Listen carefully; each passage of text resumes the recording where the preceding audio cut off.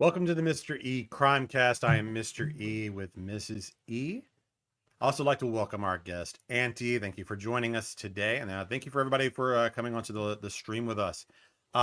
Just a little introduction about who we are and what we're doing here. We are a crime channel. We are investigating currently the Sebastian Rogers disappearance, who went missing February 25th. This has been the focus of our channel from day one. And we are exploring all of the different theories, different interviews, all of the thoughts out there, possible suspects, motives, working through all that and trying to get to the facts of the matter in the case to try to sort through this really very confusing, mysterious disappearance. What looked like a missing child at first, perhaps a runaway. A few days into that missing child report, started to look like something different. And there's a lot of reasons for that. We've been exploring those for the last couple of weeks now. And it's been really, for me, a fascinating discussion to have with all of our folks in the chat, as well as Mrs. E and Auntie. So we started out as a couple interested in this topic for a few reasons. We are local here. We are about 15 minutes away from the Proudfoot home. So, of course, a missing child goes missing in this area, and it catches everybody's attention in the community. Plus, the child had autism, and we picked up on that right away. And we also have a child with autism, so we just had this emotional connection. It kind of preyed on our greatest fears, and so we've been following this story from the moment that it broke. So where we are at, we have been going through various topics, different scenarios. The last couple of weeks, we've been taking different paths that Sebastian may have taken. If he were going to the construction site, for example, we also went through his path home if he were to leave Texas Roadhouse and kind of worked through all the different theories and possibilities if there were drop-off points and that type of thing. That's what we did in the last episode. So that's been a few days ago. And since then, over the last 3 days, there have been a ton of developments, stories out there really centered around Seth. And it kind of occurred to us that this is not really a topic in this story that we had really delved into very much as far as Seth himself goes. We've really focused most of our attention so far on Sebastian and the Proudfoots, correct? But Seth, if you're looking at all of the key players, it's the parents. It's Chris, Katie, and Seth, and we just haven't really looked into whether or not he was a suspect, what his role may have been, what his knowledge is, all those kinds of things. But he had this interview with Bullhorn Betty that we're going to get into in a few minutes, and there was a lot of great information that we picked up from that. But as far as our topics that we're going to get into today, one is going to be, is Seth at a breaking point emotionally? Is he in a dangerous place for himself at this time? So a few indicators that might tell us that that's a possibility. So we're going to talk about that after we discuss the interview with Bullhorn Betty. And then also we want to go into a topic I keep seeing come up, and that is Seth a suspect? Do we at this point consider him a suspect as far as the actual disappearance of his son Sebastian? So there are a lot of theories out there. We're going to go into those and see if we can rule some of those out just using logic and the knowledge that we have at this point. And I'm really excited to get into all of this. Let's see, before we do that, Mrs. E, do you have anything you'd like to add? Well, I want to say hello to everybody that's joining us today. I'm looking at the chat at the same time. So, one thing that we've added that's new to our channel, we now have memberships, and you can see the different levels there. If that's something you're interested in doing, I think there's some custom emojis and things like that. And yeah, there'll be some in the future member private streams, all kinds of different bells and whistles if you decide you'd like to be a member of the channel. Also, there's super stickers and super thanks. We're all new to this, so it's not one of those things I really understand, but they're available. So if anybody's interested in doing that, that's great.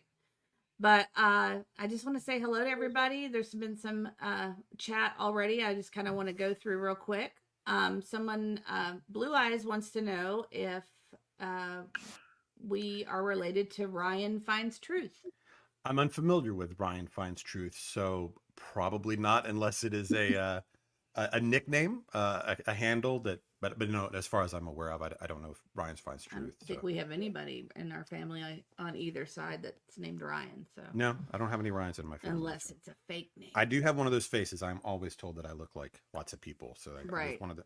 I have people, strangers, come up to me in the store all the time, thinking they know me, and so that's pretty common. And hi to Christina. Hello to you. And I saw KJ Mac, who was really active in our last um, stream, and I just want to welcome her back. And of course, we've got our Olivia B, who is our awesome moderator. And I believe that Olivia has started a channel and that she's going to share it with us. Yeah, she's going to share the link in the chat. Great. And she said she does say that they need the link for membership. Oh, the link for membership. I don't Okay. know what that means.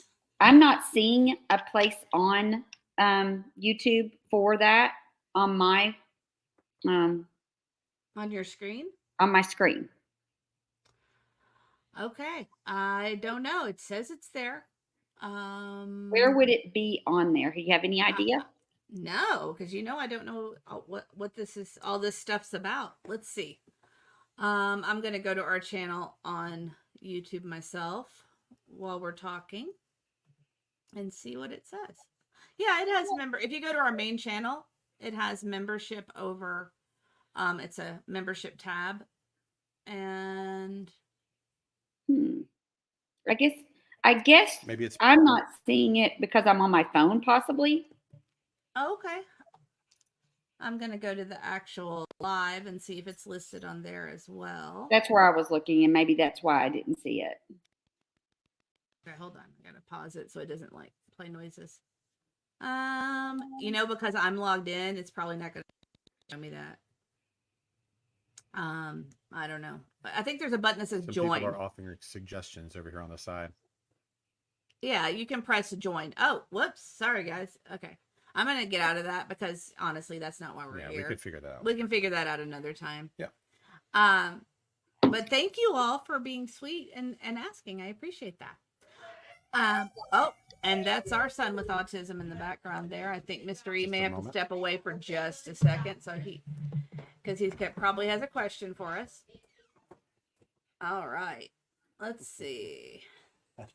I don't know if they could pick that up or not, but that was a happy sound from him. So. Oh, Blue Eyes says that Ryan lives in our area and is on YouTube, and you all look alike, and he's really kind. He goes out searching for Summer and Sebastian. Well, we're going to look into him for sure. That sounds like a great. Ryan Speaks Truth. I think. Yeah, it's a great name too.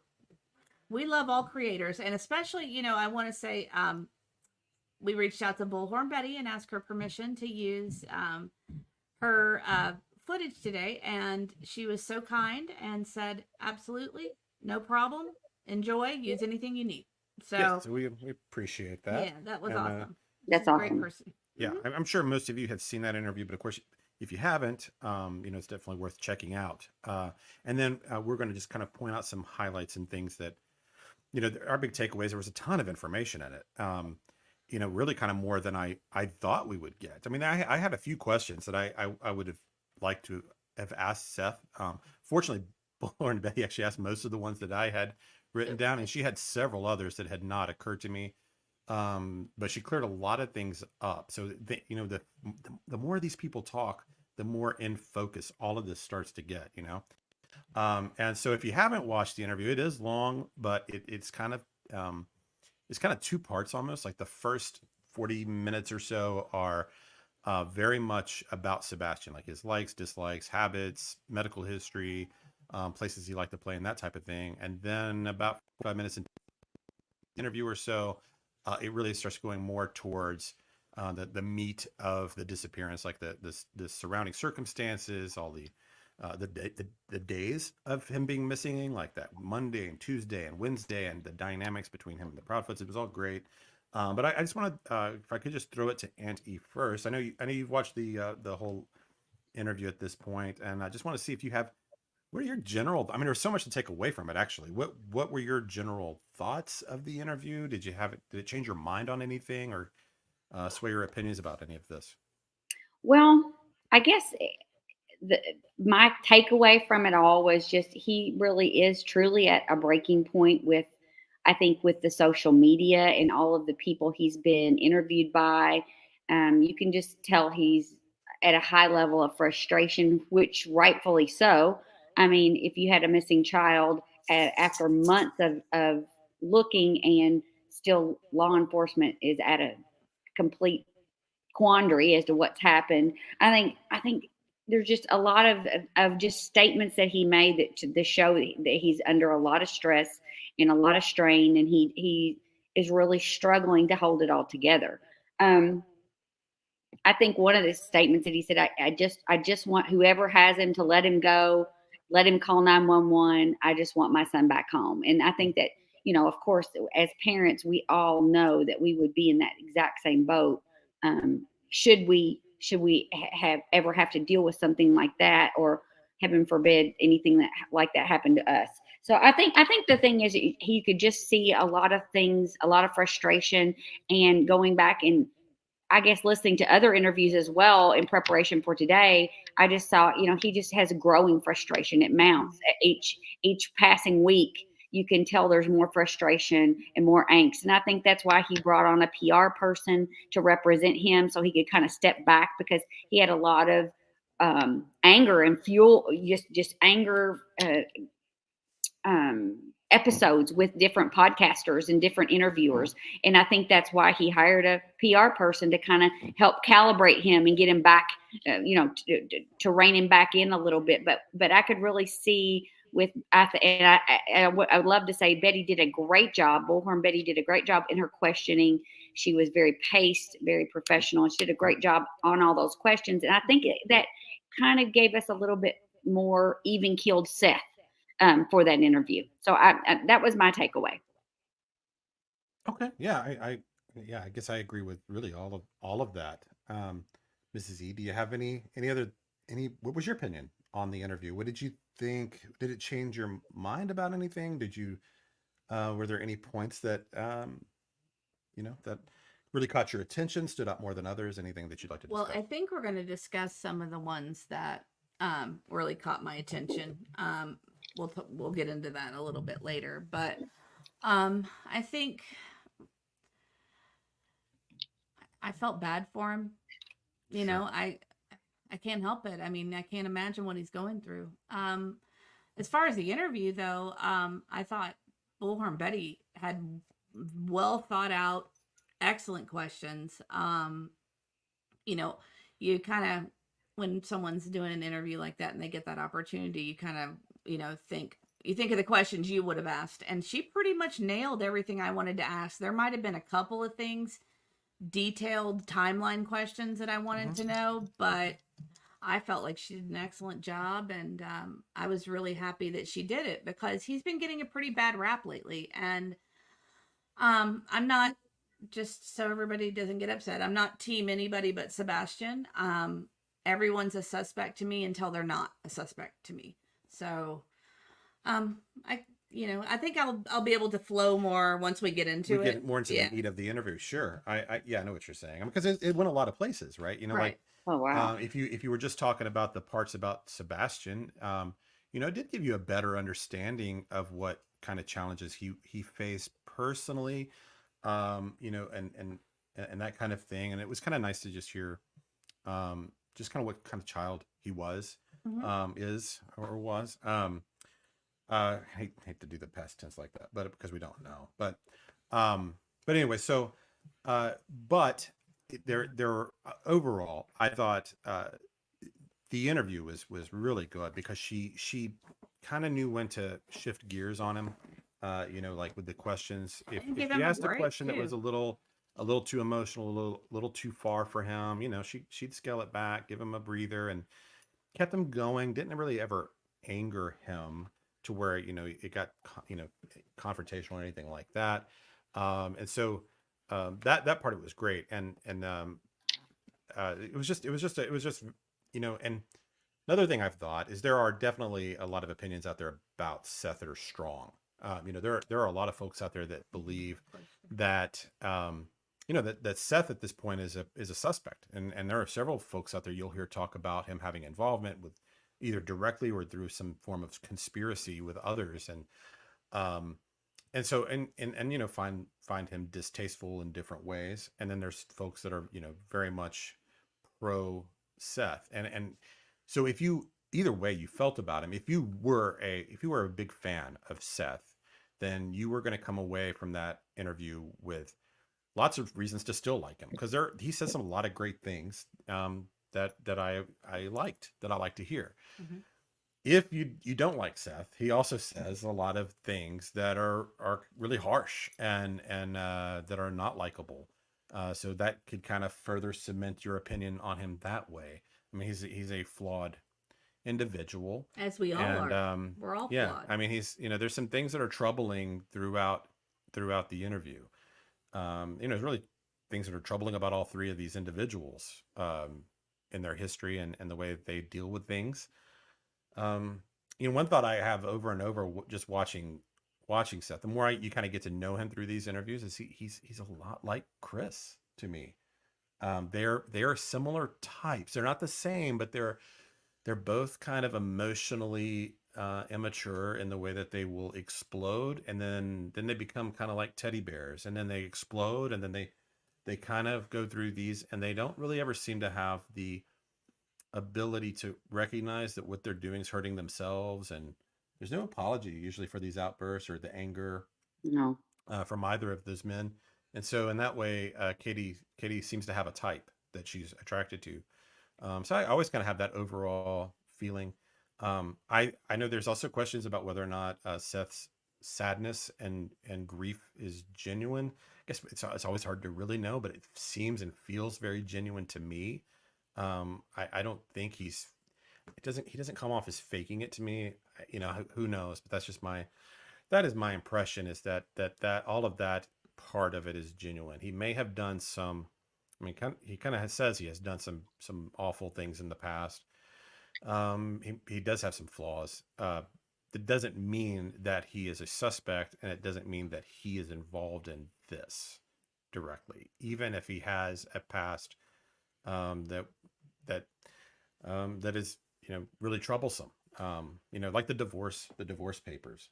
If we were getting, if you've heard all of that, there's a lot of really really rough accusations, and we don't know how true they are. We don't know if they're shades of truth or not. Right. But even if some of those are kind of half truths, still pretty rough, and all of that to say that Sebastian's life was rough.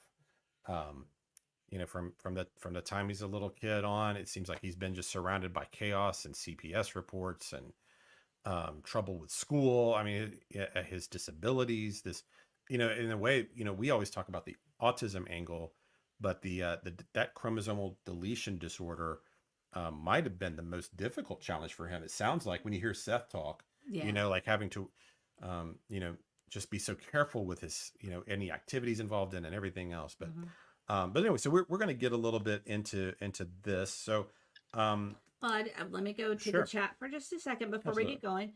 KJ Mack says, bingo, both emotionally immature, except Chris is never a teddy bear. He is defensive in his speech in general, even when calm. I can agree with that, actually. Absolutely. I was listening to an older interview of him. Sorry, Brownie really wants to be in our lap right now. I was listening to an older interview with him, and where he was being questioned by the old PI and another truther, or whatever you call true crime person, and he was truther something else. Well, a truther, but I mean, these people are looking for the truth as well.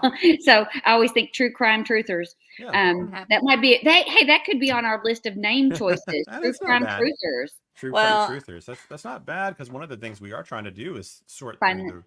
Find the truth and avoid the rumor mill. That's not bad, but it's not bad. I had to.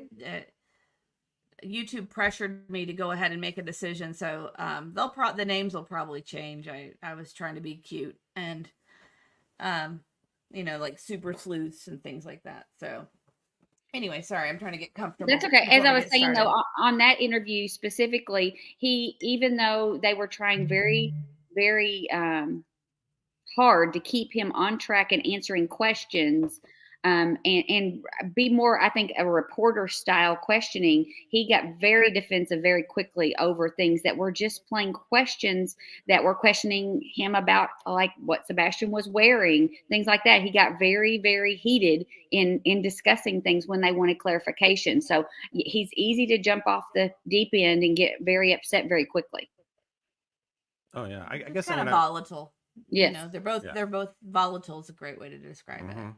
I mean, Well, it's all or nothing. I guess when I was saying teddy bear, thinking of Chris, I was thinking of some of the interviews like with Nancy Grace and others, where he's yes ma'am, yes ma'am. He becomes this kind of well, Southern gentleman type, and Mhm. then he can he can go to that other place, which he's done a lot too. and there was another channel where he came on, and I'm sure everybody knows this one, where he came on and started doing an impression of Sling Blade. Mm-hmm. And then later on, throughout that, once he revealed who he was, which everybody kind of knew, but once he revealed who he was, he started being a little bit more tender. I mean, if you continue to listen to the interview, if you can get past that part's hard to get past. But once you get past that part, he does start to be more personal, and he's softer. I don't know. I'm Well, not, defending him by any means, because I think, well, I would think. I mean, not. I don't mean this specifically about these two men, but just people that are abusive in general. They do switch gears on you. They're not always yeah, abusive. they're volatile. They pull it back. They'll hurt you, then they'll pull you back and let you know how sweet they can be. Then they hurt you again, and they go back and forth. So that pattern would kind of Right. make sense if you believe that a lot of the reports that are out there. So do you have? You want to go ahead? What else? I mean, there's great stuff going on in the chat. We can always talk about we can talk these. about some chat stuff real quick if we want. So Well, thank you, Joanna. Joanna Jansen says, "Love your channel. Thank you for bringing awareness to Sebastian. This young man needs to be found. Sending prayers for the family." Yep. And you guys have been amazing to us, and we really appreciate it. We're just trying to kind of get our thoughts out into the world about what we think is going on with the case, and we're so interested in it because of our personal situation and being right here. It's on our mind all the time, so it's nice to be able to have friends that we can talk to and kind of come up with ideas and theories, and maybe I know everybody's like, oh, no person that's no non-police officer is going to solve this, but that's actually untrue. There's many cases where citizens have solved the case, right? Sure. We hear about them all the time. Yeah. Private investigators as well. Yeah. It's the whole reason they put out the flyers, because the private citizens are often people that have the information and can solve something. Yeah. So you just don't know. It certainly happens. And the idea of like, sometimes you'll see the idea of like, you have to be credentialed. If you're not a police officer or missing person specialist of some sort, an official FBI PI, agent, yeah. if you don't have that background, then you shouldn't discuss anything. But I mean, logic and reason, that those are not just in the realm of those professions. We can do that as well. I mean, right. Critical thinking does not require a degree. that you have a degree, really, or a certification, right? That's what we're trying to do through here. We're trying to sort through things and try to get to the hardcore facts. And Justice Jane is back with us. Hi, Justice Jane. Hi. And she just wants to remind everybody what we're talking about. We're talking about Sebastian Rogers, missing from Hendersonville, Tennessee. He's a 15-year-old. I'm going to add boy with autism. He's 5'5", 110 pounds with light brown hair. And he was last seen on 02/26/24 with a black sweatshirt and black pants, barefoot, and a keychain flashlight. No reward. Yeah, that's the original. That's the original. Actually, that's but the one they still list, but some of that is maybe questionable now, that like it being a sweatshirt. I'll tell you what bothers me always is the last scene on the 26th. Yeah.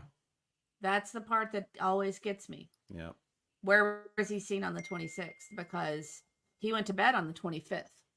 Right. and was not there the next morning. Right. And that's still how they put that out. I To know. my understanding, he was not seen or heard from past about 10 o'clock. Well, I mean, we could go back to the time that we talked about the Stephen Crabtree stuff, but that law enforcement said that was not the case. So I mean, it's hard, it's hard to know, but that still bugs me though. The 26th over the 25th. So is the question are they being technically right because they have knowledge that he was? Oh well, yeah. Or is this okay? Or is this just a mistake that they make? Right. That's kind of what I wonder. Like, is it almost like that? Yes, he was last seen on the 26th. The public just doesn't know about it. Is it right, like that? Or is it just an assumption? Or is it just the way they're phrasing and an assumption where they just printed it and put it out there and the mistake never got corrected? Yeah, right. I don't know. Well, anyway. But we're going to get into a little bit of that, actually, some of the description stuff later. So I think what we're going to talk about here is, what's the first one? So we're going to go to the Bullhorn Betty part of the interview. This is around the time that he starts talking about their time in California. Okay. And I'm not doing a good job. Okay, here we go. The only thing I can state of those records is that there is a statement stating that the only place he felt safe was here. I don't want you getting yourself into a legal quagmire, so I'll let you speak about what you're comfortable speaking about, but just I can't really mention anything about him. Lord help me if DCS contacts my attorney one more time. I'd already told her what to do if they contact her one more time. I'm not speaking about them. I'm not giving them out to anybody. Right. Yeah, and you're not doing anything to violate the confidentiality. You're happy to have those reports. At the end of the day, you now know what happened or what is alleged to have happened. At least for whatever incidences those cover. It's more insight. It's more insight in figuring out what was going on, because it's obvious that the communication that was given to me wasn't proper communication. Have you ever been contacted by DCS at all? Ever in the past? Related to your son? Not here. I'd had it at CPS in California. And can you share what that was related to? Or is that... My son went to school and told his teacher that I beat his ass. And when CPS showed up, I was like, I told him to clean his room or I was going to bust his butt. Did you bust his butt? No, he cleaned his room. Mm-hmm. There was the threat of a butt whooping. Right. And he was like, well, he said that you were going to beat him. And I'm like, wow, okay. So when he came home, I literally turned on Mortal Kombat and I turned the blood action on and I showed him what a beatdown was. Mm-hmm. Through video games. I was like, you see all that blood and everything, son? That's a beatdown. I was going to bust your butt. Mm-hmm. Come on. Really? It was like, I'm sorry, Dad. And I'm like, there's no reason to be sorry.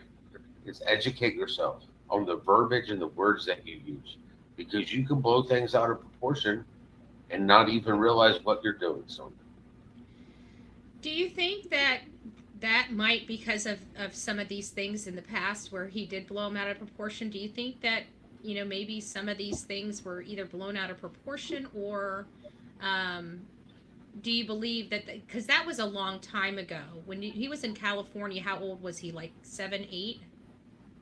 Most of those were, he wasn't. It was, I want to say 5. Okay. Did everybody catch that? I just wondered if everyone caught If you this. caught that, put it in the comment. So that. Well, hold on. I want to see if anybody else caught that, because we caught it right away. And Aunt E, don't say anything because we've already discussed it. But I did want to, while we're waiting on that, I did want to address this real quick. You want to read it? Sure. I was Last I checked, there is no application to become a parent of a missing child. It makes no sense to tear down, criticize, or act self-righteous after learning that these parents aren't perfect. Right. I mean, anyone could have their child disappear. I mean, anybody can be a victim from the greatest parent on the planet and not. That's kind of the point we're making in a way, is that people are pointing the finger at Seth because he's rough around the edges. I mean, he's got some flaws. So, but that doesn't equal, him having a hand in Sebastian's disappearance. I'm thinking maybe she got here about midway through us talking about how, citizens can help solve cases and that you don't have to have a degree or a certification to. I think is that how maybe you took missed it? that part. Yeah. Oh, okay. I don't know. That was the way I read it, I guess. Yeah. Okay. Well, I want to see. Let's see. Did anybody catch it? Oh, well, then Mortal Kombat. Yeah. That's another thing we could talk about. I mean, that that was the part as far as the troubling stuff that he said. I was like, man, that's this kid was supposed to be 5 at that point, I think. Mm-hmm. And 5 or 6. yeah, that's Karen made a good point too. I'm not. Is it further down? Karen. Is this Karen? Yes. Hi, Karen. Let's see. It seems that every time Sebastian confided in an adult about his concerns for his own safety, DCS and CPS resulted in the parents telling them that he was lying. Yes. Definitely a pattern there, right? That Seth and Chris apparently did this or did do this in their interviews talking about it. That's that is it's so frustrating. There's so many CPS and DCS reports out there. It's hard to keep them straight. Like when they're in the interviews talking about them, it's like, so which CPS are we referring to again? There's several out there at this point. Do you want to talk about our point that what we caught? I didn't see anybody catch I don't see anyone pointed it out. No. So it was kind of right here at the end when she says, Betty's asking him, was that around the time when he was 7 or 8 years old? And Seth goes, well, most of those were, and then he kind of catches himself. So to me, what that was saying was that there's more than one, because he started with that most of. You want to play that part again? Yeah, I can play it again, just so see everybody if that's can not hear. just our It was imagination. one of those things where we caught it and we kind of stopped. Let me see if I think if you go to like the 52-minute mark and then go, it should be pretty soon after that. It's hard to get exact. Yeah, it was like, I'm sorry, Dad. And I'm like, there's no reason to be sorry. It's educate yourself on the verbiage and the words that you use, because you can blow things out of proportion and not even realize what you're doing. So, do you think that might because of some of these things in the past where he did blow them out of proportion? Do you think that maybe some of these things were either blown out of proportion, or do you believe that it was a long time ago? He was in California. How old was he? Like 7, 8? Most of those were, he wasn't. It was, I want to say 5 or 6. Gotcha. Okay. So that's what we heard. We thought, well, most means more than one, maybe more than 2. That would imply at least 3, really. Because And if you're saying most when we was 5 or 6, then that's at least 2, maybe more. So I mean, it's like, he's talking about the age range of like 5 or 6.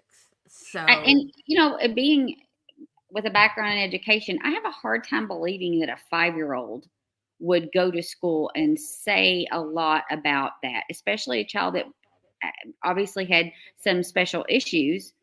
I just can't believe he would have the wherewithal to know, hey, I need to go tell my teacher that my dad did this. I think that's more like an 8 or 9-year-old more than a 5 or 6-year-old. But I mean, not to say it doesn't happen, but I think that his timeline might be a little bit blurred. Right. Yeah, could be, but I agree with the age makes a big difference on how deceptive this child was going to be to a teacher to try to, Right. And yeah, you have a long history in education, so you could speak to that a little bit. That kids those ages typically don't lie, right? They don't. They pretty much haven't learned the art of lying too much. You can pretty much guarantee that it might be their perception of the truth, but they think they're telling you the truth. most of the time with that age child. Now, as they get a little older, they learn a little bit more about that. But absolutely, usually 5 and 6 year olds, they don't really lie. They tell you straight up how it is.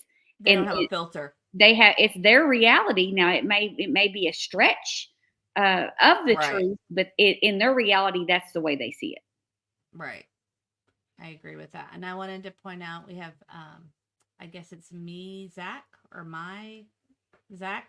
I think he was answering the first question about if he was making them up, and then he answered the second question by stating his age. Do you understand what that means? If he was answering her first question about if he was making them up. Well, I I guess that's regardless, though, the fact that he said most of the CPS. Well, Right? how many? Yeah, so He said most of those. Most of those.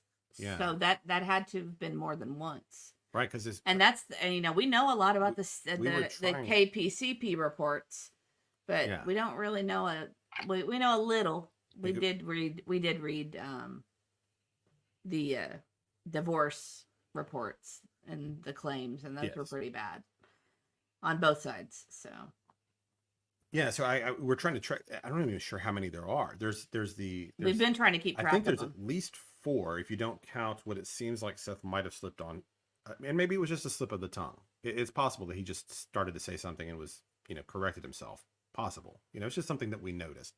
But I think there's at least 4 out there that just involving kind of surrounding this family that we can track, and there might be more because it is sometimes hard to tell which CPS report, which is horrible. I mean, Let me it's ask. a pattern of behavior, and it's a pattern with this kid's life that he's surrounding. It's like if you have a friend that has a DUI, you're like, wow, that was stupid.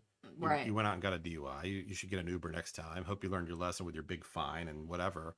But if your friend has, 4 DUIs, then it's time to take your car away, put you in prison for a little while, and be more. There's a pattern. There's a real issue. Once is like a mistake. You have a pattern of CPS reports, and then there's a real problem. Well, that's what I was going to ask. Hold on, Andy. I was going to ask you this.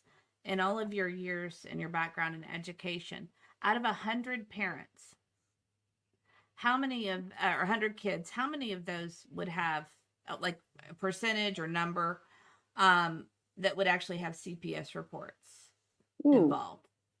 Out of 100? Yeah, well, I mean, you could do a lower number if you'd like, but I just wanted to, I just want everybody to kind of get an idea. I would say if you were taking a sample of 100 kids randomly, you might have 2 of those with CPS reports. Out of 100? Out of 100. Now, that's my experience where I lived in the area that I lived in. It was not a metropolitan area. It was a rural setting, rural community, probably about 35 minutes from a big city, 35 to 40 minutes away. And I would say I worked in varying types of schools, some that were more a completely different population to a very homogeneous population.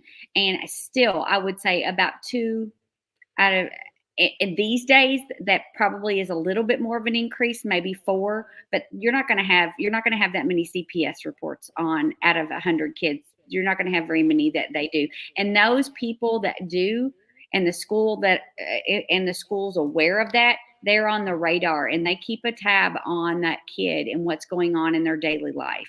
And I know with the ones that I dealt with, I would check in with the teacher. How's, everything going on? Have you seen any other problems? Whether it was behavior related or academic related or just behaviorally related. I would always check in. And I think once they're on the radar, unless they're in a school where they're just, it's too massive to do that. At the elementary level, especially, you're going to keep a tab on those kids. But in the elementary schools, you really don't have that many per 100 kids. Okay. I just wanted to show a comment. Do you want to read it? Yeah, I just wanted to mention. Oh, okay. Oh, I was going to show this one real quick. Okay. Kids have imaginations, but that imagination has to stem from something. They don't just make up scenarios if they haven't seen a precedent. That's a good point. Yeah. Thank you, Hadley Handel. Yeah, that's a great point. And then you want to go back to. Yeah. I just want to see can we play that question of hers? I guess it's not as far back as that. She's saying she asked a 2-part question. the most of the reference was to the most current ones. There are See, several recent ones. That's not. I don't think that's correct. We might. Could we hear her question again? Yeah, let's Yeah, listen let's to it do it. again. Maybe I'm not catching this the right. I want to make sure we're getting it right. How far back? I think about the 5120 mark, maybe 5130, 5120. maybe not far. Yeah, that's probably good. It's so hard to get it exact. Okay. Let's He see. cleaned his room. Mhm. There was the threat of a butt whooping, Right. you know, and he was like, "Well, he said that further. you were gonna beat him," and I'm like, Maybe Wow, okay. 52:20 or so, maybe. I'm I think sorry? I think it's past the 52-minute mark. Yeah, Okay. like 52:30 or 52:20. You keep jumping around I on know. me. I'm sorry. All right. I'll do that. How about 5218? Will that work? Yeah, I think I that's think about it. that might because of some of these things. This okay. and he was like, "Well, he said that you were gonna beat him." Okay. Words that you use, I'm trying to because you That's can it. blow things out of proportion and not even realize what you're doing. So That's good. Do you think that might because of some of these things in the past where he did blow them out of proportion? Do you think that maybe some of these things were either blown out of proportion or do you believe that because that was a long time ago when he was in California? How old was he? Like 7, 8? most of those were he wasn't. It was, I want to say 5 or 6. Gotcha. You So know, he was just only really going to didn't know. school for a half a day. Gotcha. You What do know, think?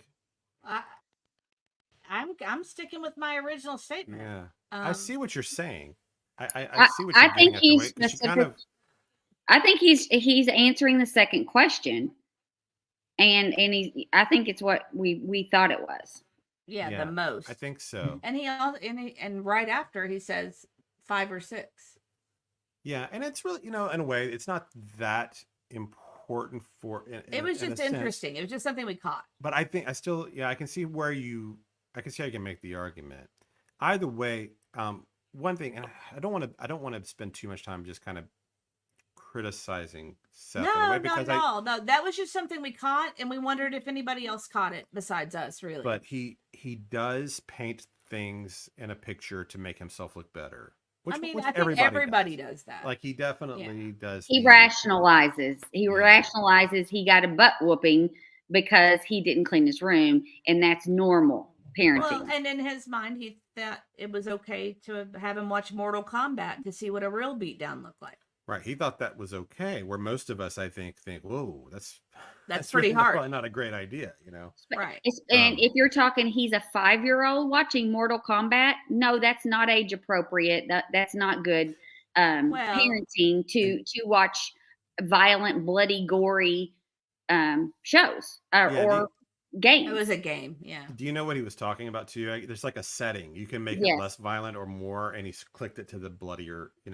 So So to that was teach a kind of. lesson. What? I don't know. I mean, everybody, we all do. We all make bad choices as parents. We don't make the best choices every time, and we Right. regret our decisions sometimes. So Yeah, sure. Yeah. So, but anyway, but we're trying to get to. we're just kind of Anyway, we're just talking. Yeah, so we're just kind of trying to get to the truth of different things that are going on, and This is a great point by KJ. Real quick, the fact that Seth repeats these disturbing stories about how he threatened Sebastian shows that he doesn't realize the inappropriateness. Absolutely, I agree with you. Unlike Chris, who lies outright, that is true. he is Yes. aware. Yeah, that's right. Anybody that's been on this channel for a couple of minutes knows what a big fan I am of Deception Detective because I bring him up every episode. But he kind of has these two categories of liars. Like the typical liar is how most people are, which is the liar of omission, where you kind of just leave the details out that might make you look a little worse in a story, you Right. know? Or you might exaggerate something a little bit with a number or whatnot. But Chris is like the rare type of liar that just straight out Sticks will to his make guns. up.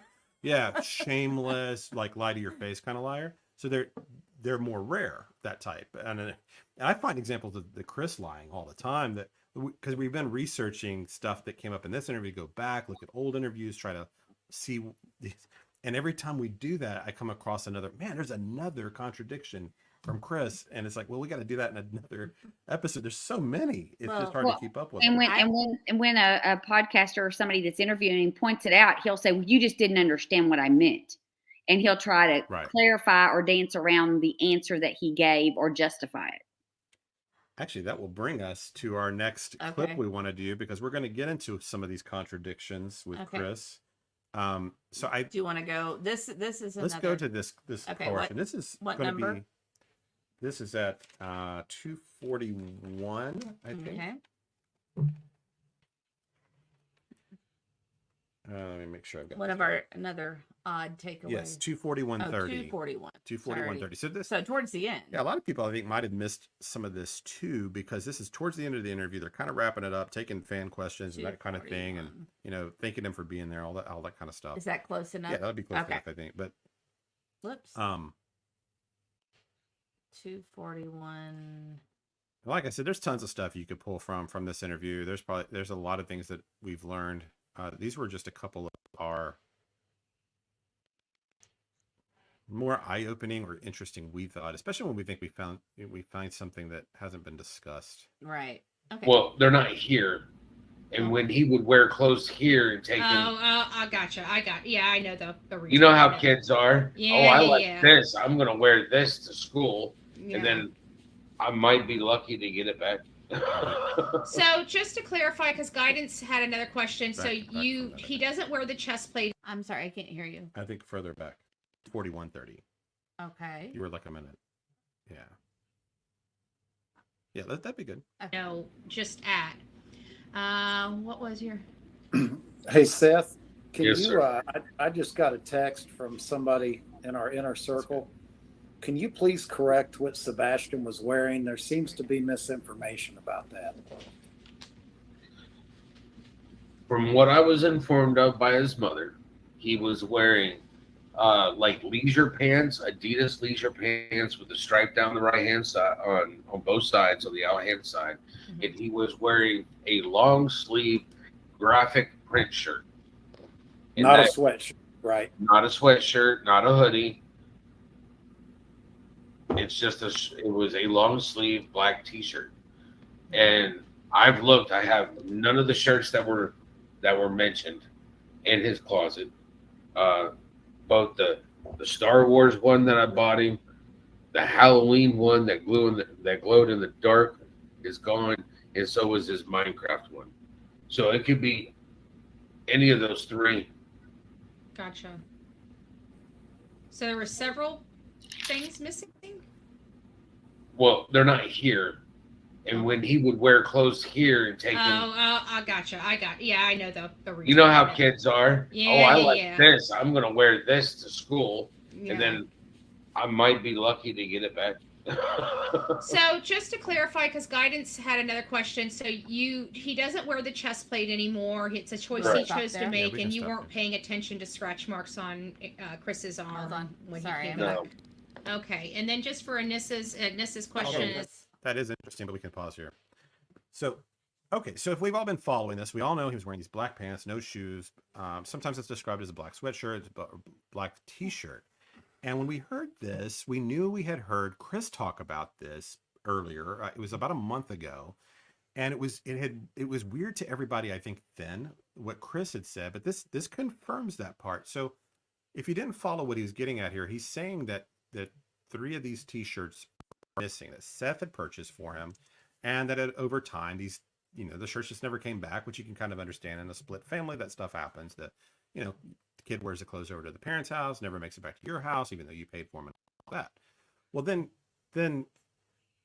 so what I don't understand. So then Chris on Web Sleuths about a month ago had an interview, and he was talking about the shirts that he was wearing. He was trying to clarify what Sebastian was actually wearing when he went missing, when he was last seen at. And he said it was either one of these 3 black shirts, the Star Wars. Oh, whoops. Oh, whoops. Sorry. I'm trying to get it ready. Where did it come from? Oh my. I'm sorry, guys. Hold on. All right. Okay, apologize. We're still live. I'm just trying to get it ready for you. Sorry. Yeah. So I mean, I guess we can.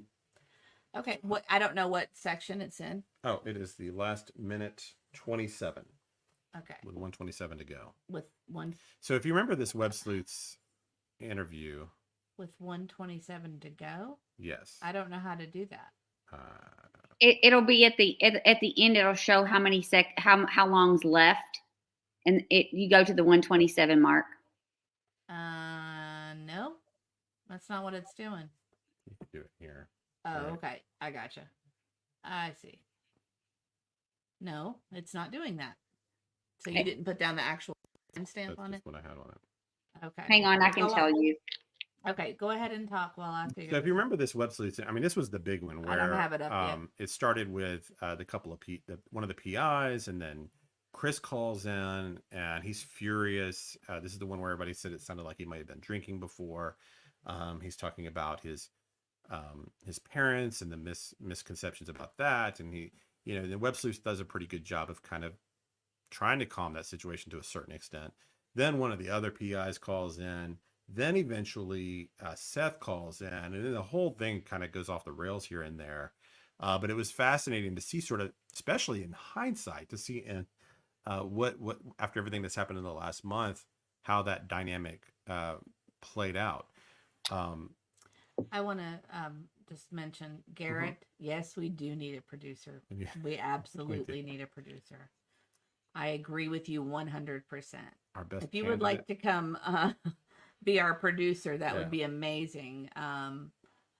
But I doubt that's going to happen. But so right now we have to just deal with me. Sure, we could go to a different thing while we kind of think about where that clip might be, if you like. Or We go to can the just chat. go through some chat while we we're get waiting. caught up on this a bit because there was Yeah, a lot. because there's been a lot. Let's see.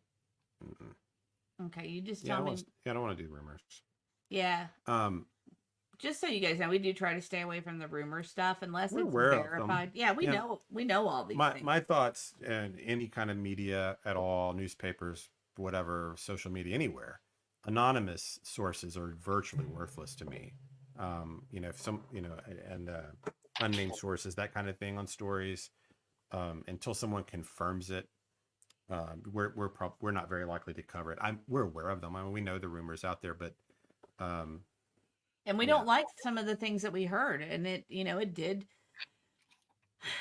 The rumors, true or not, can really take away or make you feel one way or another about a person. For example, I mean, we've all heard the Chris rumors, but we're not going to talk about them. And it made me unhappy. It felt like a gut punch when I heard some of the things that people said he said.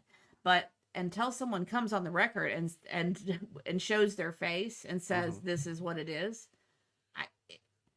we've got to remain objective. We've got to figure out, I think what we've been doing is we go through our list. Who are the suspects? What are their motives? What else do we do? I mean, can we rule this out and that out? And what makes this theory not plausible? And what makes this theory plausible? I mean, it's fascinating because almost every time you come to a conclusion, you can find a contradiction to how you came to that conclusion. Right.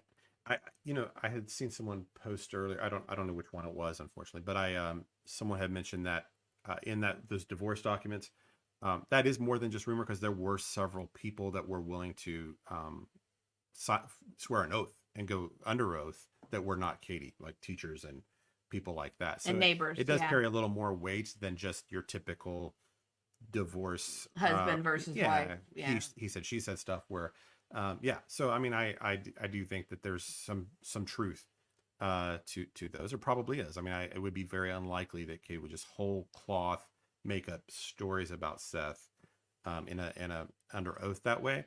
They might be shaded to make her look better and him worse and that kind of thing, or you might leave out certain details, like we were saying with the lies of omission. He does mention that though in the thing or in the Bullhorn Betty interview. He says something to the effect of, what we were talking about earlier. Yeah. So he says, I didn't accuse her of things that she did. Yeah. That's how he says it. I didn't Yeah. accuse her of things. That I didn't she did. accuse her of things that she did. So he said it like, I didn't accuse her of things she did, as Like, opposed to he saying, didn't. I He didn't didn't accuse her report of them. things she didn't do. Right. And Right. Aunt E or Mrs. E, it's going to be at about the 154-minute mark. In Thank 1 hour you. and 54 minutes. That's what I needed. you, Thank Aunt you. E. You are Auntie. welcome. That might be just a tad bit before, but it's in that conversation of the shirts. It's Okay, okay. so The whole thing's fascinating anyway. It is. So you said 1:54. That's what she said. They're discussing it at 1:55, so you might just want to go back just a little further than that. Okay. How about 1:54:50? Let's see what happens. Let's see. And Katie would toss him out pretty quickly after he grew out of them. But is there a reason we can't confirm which shirt if it's just one of three? I didn't say one of three. I said one of three depictions on a shirt. Okay, so that's So three there's different shirts, right? Say again, I'm sorry. So I don't know if we're saying the same thing or something different, but are you saying there's three different possible shirts he was wearing? Like he had three different black long sleeve shirts. One had Halloween No, on ma'am. it. One No, had ma'am. What Minecraft I'm on telling it. One you, had Star no, Wars. that's not what I'm saying. Okay. I said he had a long sleeve black shirt on, and on that shirt had one of three depictions. I didn't say he had three. I didn't say anything. I just said one. okay. Right, Can I'm just confused second? by how have you not been able to identify which of those three depictions is missing? Can I ask you a quick question? Yeah. Can you tell me every single shirt in your closet right now and everything that's on No, your shirt? but if I had Okay, to then. choose between Right, but three wait a of minute. them, if But I had hold to on a choose minute. between three of them, I could. You're saying three of them. But I'm telling Well, you you, listed three things. I'm just confused. I listed what could possibly be on the shirt.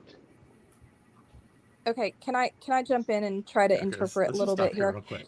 Okay, so Okay. So he's so cagey, right? With this, like the reason she's confused is he wants her to be confused.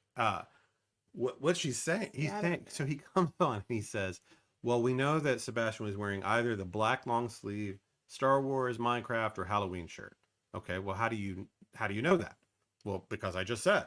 That's his answer. He doesn't give her the reason behind it, Right. because he can't for some reason, right? So he said, well, nope, the reason is because I just said that's the Star Wars, Minecraft, or the Halloween shirt are the shirt he was wearing. But how did you know that it was one of those three and not something else? It's a totally reasonable question, and he's playing dumb. He understands that question, and for some reason he starts getting cagey, trying to act like that she's the idiot that doesn't understand the question, Right. that she can't figure it out. Well, I just told you three shirts, so you should just understand this. So that's really weird. Okay, right? So if there's one thing that was been hammered home to us as facts in this case, it's that when Sebastian left the house, he didn't go with shoes. He took his green flashlight and his glasses. And outside of that, we know nothing, and the clothes he was wearing, the black shirt and black pants. Outside of that, he didn't take anything else. He didn't take a phone. He didn't take a game. He didn't take cash. He didn't take anything else with him that they said. And the family's been repeatedly asked, has the home been searched? Is anything missing? No, nothing that we're aware of.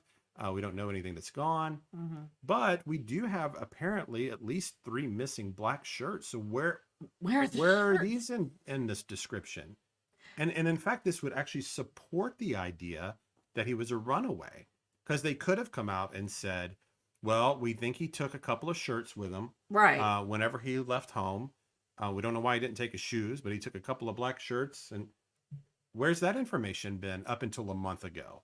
This should have been out there. Well, and I also like to note the fact that they were all shirts that Seth gave him. Right. All So- black, all long sleeve, all from Seth. All from Seth. And I even threw out the idea to him earlier. I said, well, is it possible that maybe, Katie disliked Seth so much that when clothes from Seth came from his house that she just got rid of them? Is that possible? just kind of in a spiteful kind of way, like we're not going to have his clothes in our house kind of thing. Is that possible? But Right. I But don't think if that I had don't been think the based on the conversation, I know kids with autism, just like you have some with autism, they typically love the characters or whatever they kind of get attached to, and if those were his three favorite, probably she's not going to rock the boat with him, cause him distress by getting rid of them unless they just didn't fit anymore. So hopefully that's not the case, but you know, he never will answer the question as to how many shirts he has or if there's 6 shirts, 12 shirts. It's just the way that question's answered during that interview and then clarified again. If you continue to play it, they try to clarify it again, and he goes around answering the question again. And and the other lady's very poignant in saying, okay, what she's trying to ask you is, were there only 3 shirts and you think it's one of those 3? Isn't there a way you could determine which one it was? and And why didn't he still won't answer the question. won't answer? And it's like, so is it because they're all 3 gone, or were they seen on a video somewhere? Like just refuse it. And if it had been a throwaway, like you were saying, if it had been Katie had tossed a couple or given him the goodwill or whatever, then why didn't they just say, oh, well, the no, reason these 2 shirts are gone is because we gave away or he outgrew them, and or if you want to be polite and not, so I mean, I don't actually have a great we just, answer. it's just things that we catch. We catch It weird feels, stuff. I mean, it's a problem with their story, I think, still, and there may be a I can't come up with the explanation on it. I mean, and it is a coincidence. And he's not married to black shirts. It's not like his whole wardrobe's black shirts. I've seen plenty of pictures of him. The volume is low and Auntie's volume is high. Okay. Okay. I kind of keep motioning off camera where you guys can't see because we try our best. I've been trying to get Mr. E closer to the microphone. Okay. Is we- this a little bit better? If it's better, could you give us a 1 in the comments so Is we this know? fixing the issue on the volume if we're just a little bit closer to the mic? Is that better? I can hear both of you very clear, and I'm just talking in a regular tone for me, but maybe just dial it back a notch on your volume if you can, and we'll try to dial it up. I know that I'm a little bit further away, and we do have multiple microphones. We just don't have multiple USB ports, and we have a port thing, and it doesn't work well. So looks like we've got a lot of ones. Yeah, it's been a mess, and that's why we do haven't appreciate done it. everybody's patience with us as we kind of learn all this and try to get better with the technical aspects of everything. But anyway, this not as good as Aunt E. So get a little closer. All right, so I'll just get right up here. Yeah, no, that's better. Okay. I bet. So yeah, is that better? Okay, so I guess I have to actually speak. Mine's lack of mic.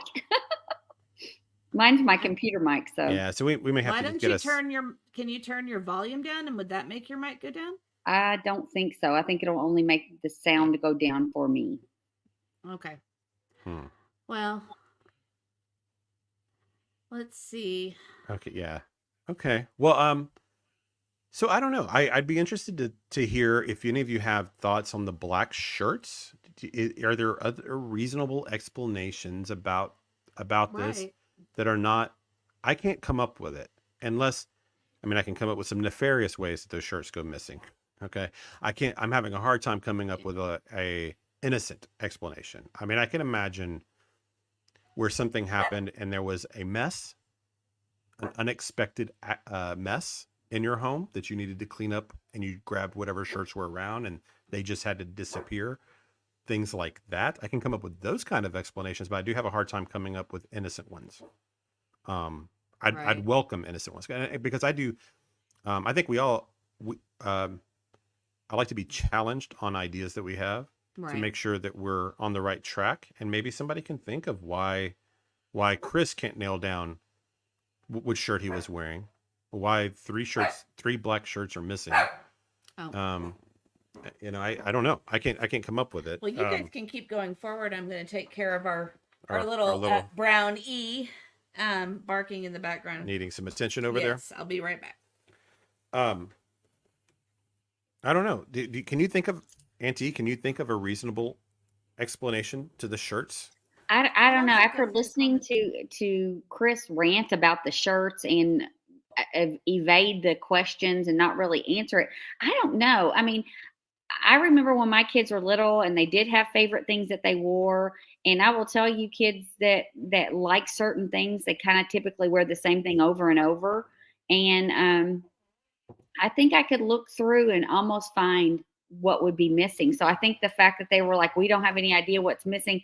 I don't know. I think I could do that. And I especially think I could do it if my child was missing. I would lay every piece of clothing out and I would think hard about what's there and not there and things that they were in their current wardrobe, especially at that age. And you knew what he probably, I think someone mentioned about, did he not even get his pajamas on? I think that's kind of what he was like, his sleep time clothes. He liked the Yes. track pants and the long sleeve t-shirt. So I think that was in essence his pajamas. So I think for that matter, I just think I could tell or at least narrow it down. And I guess that's what they've done by saying, okay, it's one of these three things. He had on a black shirt and it was either Minecraft, Star Wars, or Halloween. I don't know. It just seems a little odd, but I guess they know for sure it's got to be one of those three because that's all he wore when he went to bed. Maybe it was narrowed down to his bedtime shirts. That's the only thing I can think of as an explanation as to how they narrowed it down, but they can't pinpoint which one. But like I said, I think I could lay my kids' clothes out and know what's missing. And they've known from day one that it was a black shirt because they said it was a black shirt on day one. So Yeah. unless this kid has just an enormous wardrobe, I mean, how many long sleeve black shirts could he even own? So if they knew he left in a black shirt, like let's say it was like he goes to bed and the next morning after he's gone, she's talking to sheriffs and the police are like, "Do you know what he wore to bed?" She's like, "I'm not really sure. I remember it was one of his black shirts." Well, then they're like, okay, well, let's go to the kid's closet. Let's see how many black shirts he's got. Here's his other 3 black shirts. Are any of these missing? But so if I it happened think like that, then exactly. You should be you able would to narrow know it down. they would have, but this information didn't come out till a month ago. Right. And now it's coming out. And so it still doesn't make sense that we're just now learning that there's missing shirts. And that And they didn't even they never mention this at all. It's almost, I don't know. It seems like it's just another, like they got caught in another contradiction somewhere, and this is their way of trying to, how they do. They massage their way out of it and turn it back on the person asking the question. right. And another thing that goes along with the shirts is I just find it hard to believe he only had 3 pairs of shoes and all 3 pairs of shoes are accounted for. I don't know a child in my whole entire life that's only ever had 3 pairs of shoes.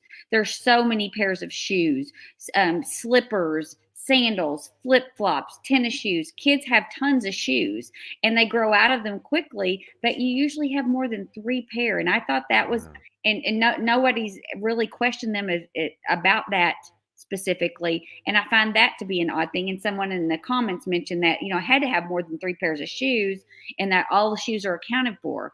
That would probably be harder for me as a mom to figure out what shoes my kid had on when they left than it would be for me to figure out the clothes. I think the shoes would be harder than figuring out what clothes they had on, because with shoes, both of my kids had tons of shoes and I wouldn't be able to tell you which ones were missing because shoes kind of tend to all look the same, whereas clothes can all look very different. Yeah. So I don't know. The shoe thing has always bothered me because I just felt like that part was not honest. What kid would go out barefoot with just socks on in February to leave home? Yeah, it's the biggest red flag of the whole thing is Right. that It detail. Yes. And I wanted to mention something else because we had talked about it on this show, and we started to play that part of the clip earlier. But they do talk about the breastplate because we were curious about what that was about. And he goes on to explain that because of that chromosomal deletion syndrome, that he doesn't really come right out and say it, but it seems like what he's getting at is that breastplate was helping him to form the chest properly, because I guess these deformations can occur with that syndrome in your face and body, and that's supposed to have helped the the chest grow properly, and I guess he didn't like wearing it, and kind of like a kid not wanting to wear a retainer or something like that. He just refused, and that he had, Seth had told him, hey, look, you may have some problems with your chest as you get older because you didn't do this now, and just maybe it was uncomfortable or whatever. But the reason I had originally been curious about that breastplate was I was wondering if it was like protecting his life, like if he took a shot to the chest or something, if it was more like a protective thing. But it seems like that was more about structural, like to help him grow properly. But then Seth also in this interview at one point does talk about the disorder a great deal, and it seems like this is a terrible chronic disease for this child. Maybe the biggest issue that he had, even more so than his autism in a lot of ways. It seems like it really massively impacted his life, And but he had this the water, fluid in his brain, and he talked about how they couldn't do a stent, and he worried about him playing football. Didn't want him to do that because if he took the wrong shot to the head, that it might be a serious injury. And so I've always kind of wondered about this, because when I play with the idea that this might be an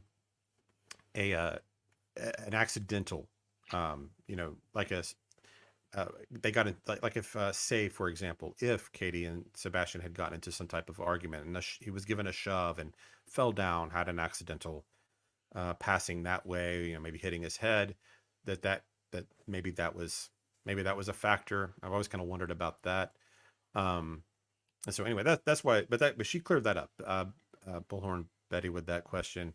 So I was glad that she asked that. Aunt E, are you able to pull it up on your end? Because I'm. Let's see. Do we have a question?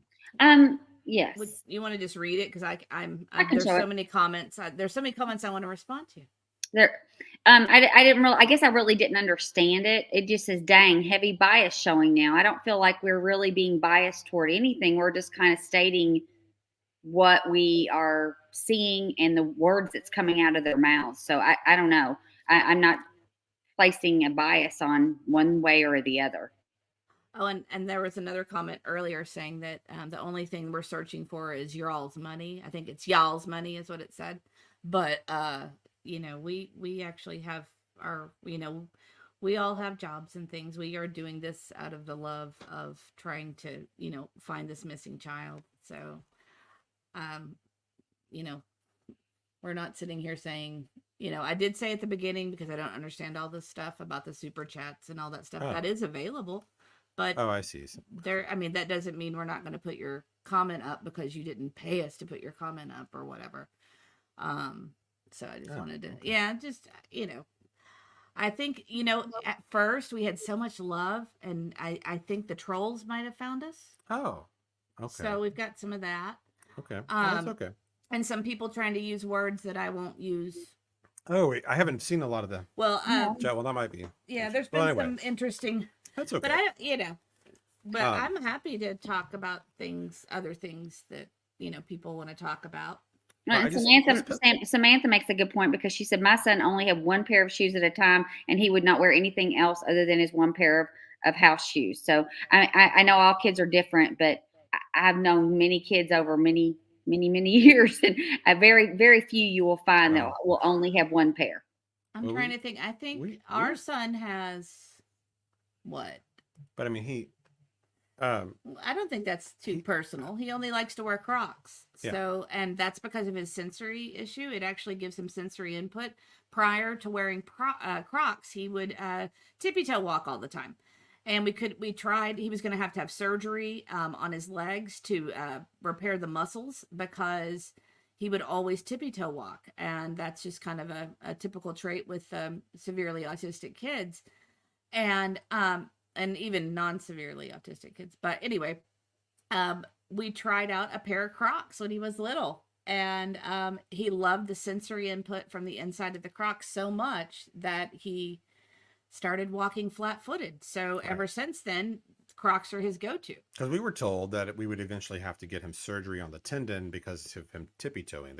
He was so severe that he might have that shortened up, where they would have to possibly go in and get surgery one day. And we're like, okay, if it's between him having surgery and wearing Crocs for the next several years while Right. We'll fine. We'll just wear Crocs And actually, the Crocs have transitioned where for a long time he wouldn't wear anything but Crocs, but that's Mhm. actually transitioned to where he has eventually tried on shoes, like regular shoes, regular tennis shoes. He even wore dress shoes to the Night to Shine prom, which we were super proud, and for graduation. And just on the shoes, just since we're talking about it too, as somewhere out there, Katie has says that he was kind of in that phase where he had like the growth spurt and had thrown out a ton of his old shoes, and so maybe she was just at a weird point. Also, I don't think Seth has ever questioned the shoes part. So if that were weird, he would probably come out and say, "No, I know of at least 7 pairs of shoes that Sebastian had over there, maybe." And so I don't know if it's a contradiction or not. I know it's strange. I mean, I know it's unusual. You would think there would be more. Let's see. Yeah, I don't. We've I don't got care some about the people here that trolls. are being mean to each other. I don't really care for that. So, Oh, that's unfortunate because yeah. I hope that I prefer that we be a place where folks can freely share ideas, even if we disagree with them. But we can do it in a respectful manner. Yeah, absolutely. And not don't name call and things, because Yeah.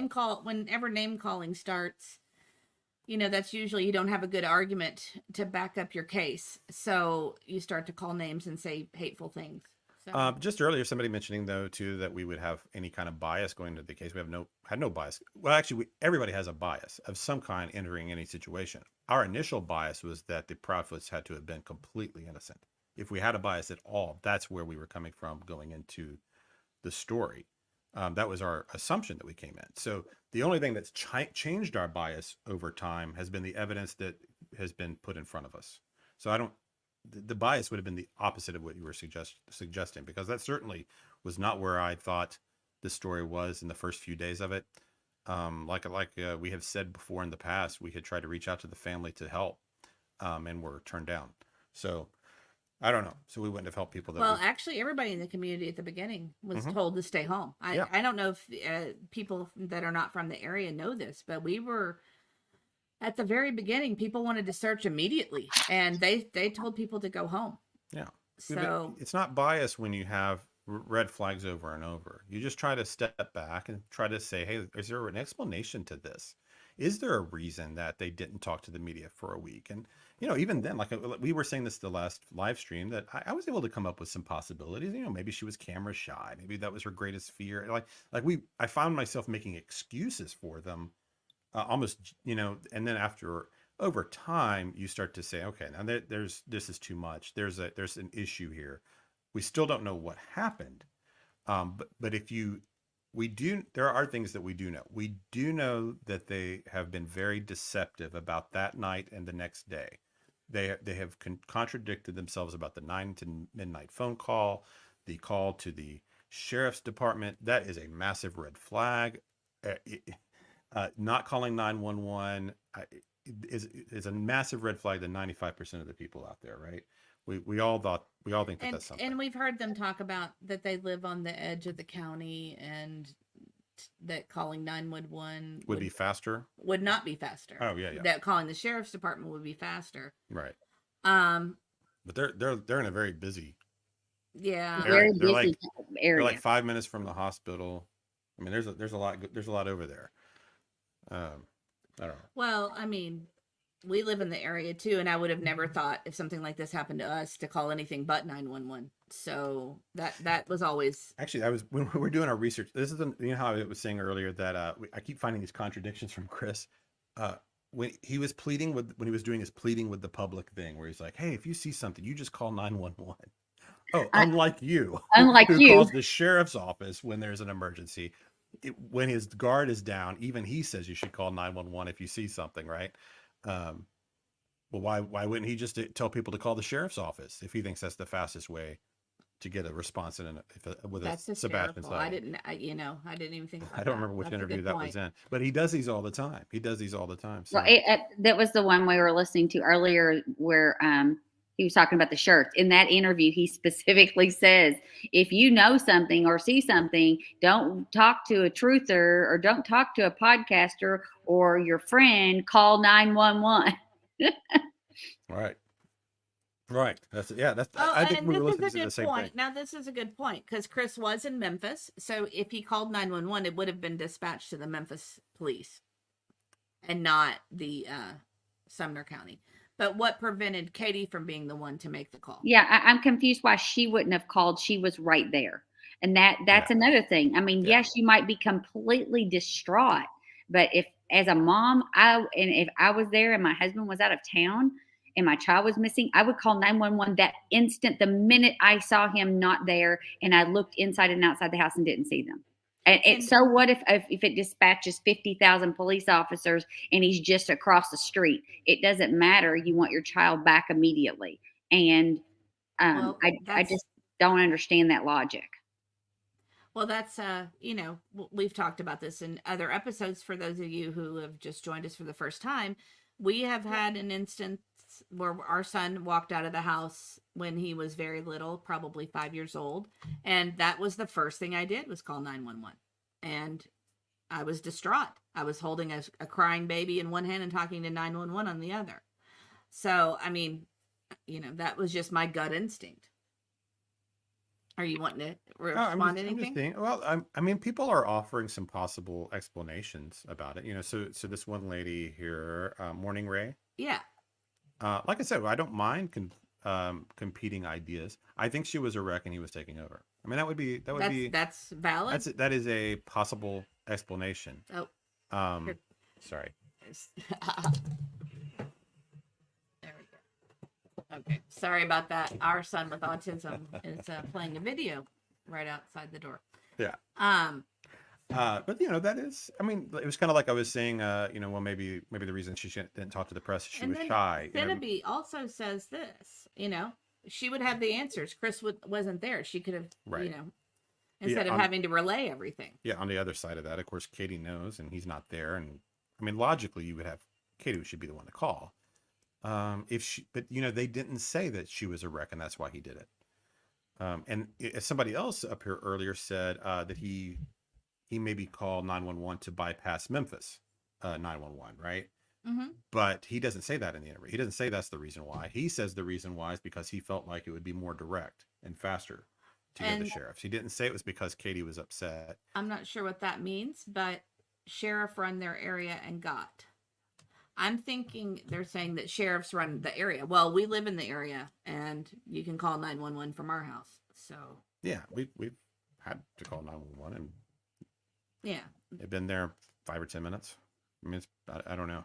We live a little more rural than they do. Yeah, we do. I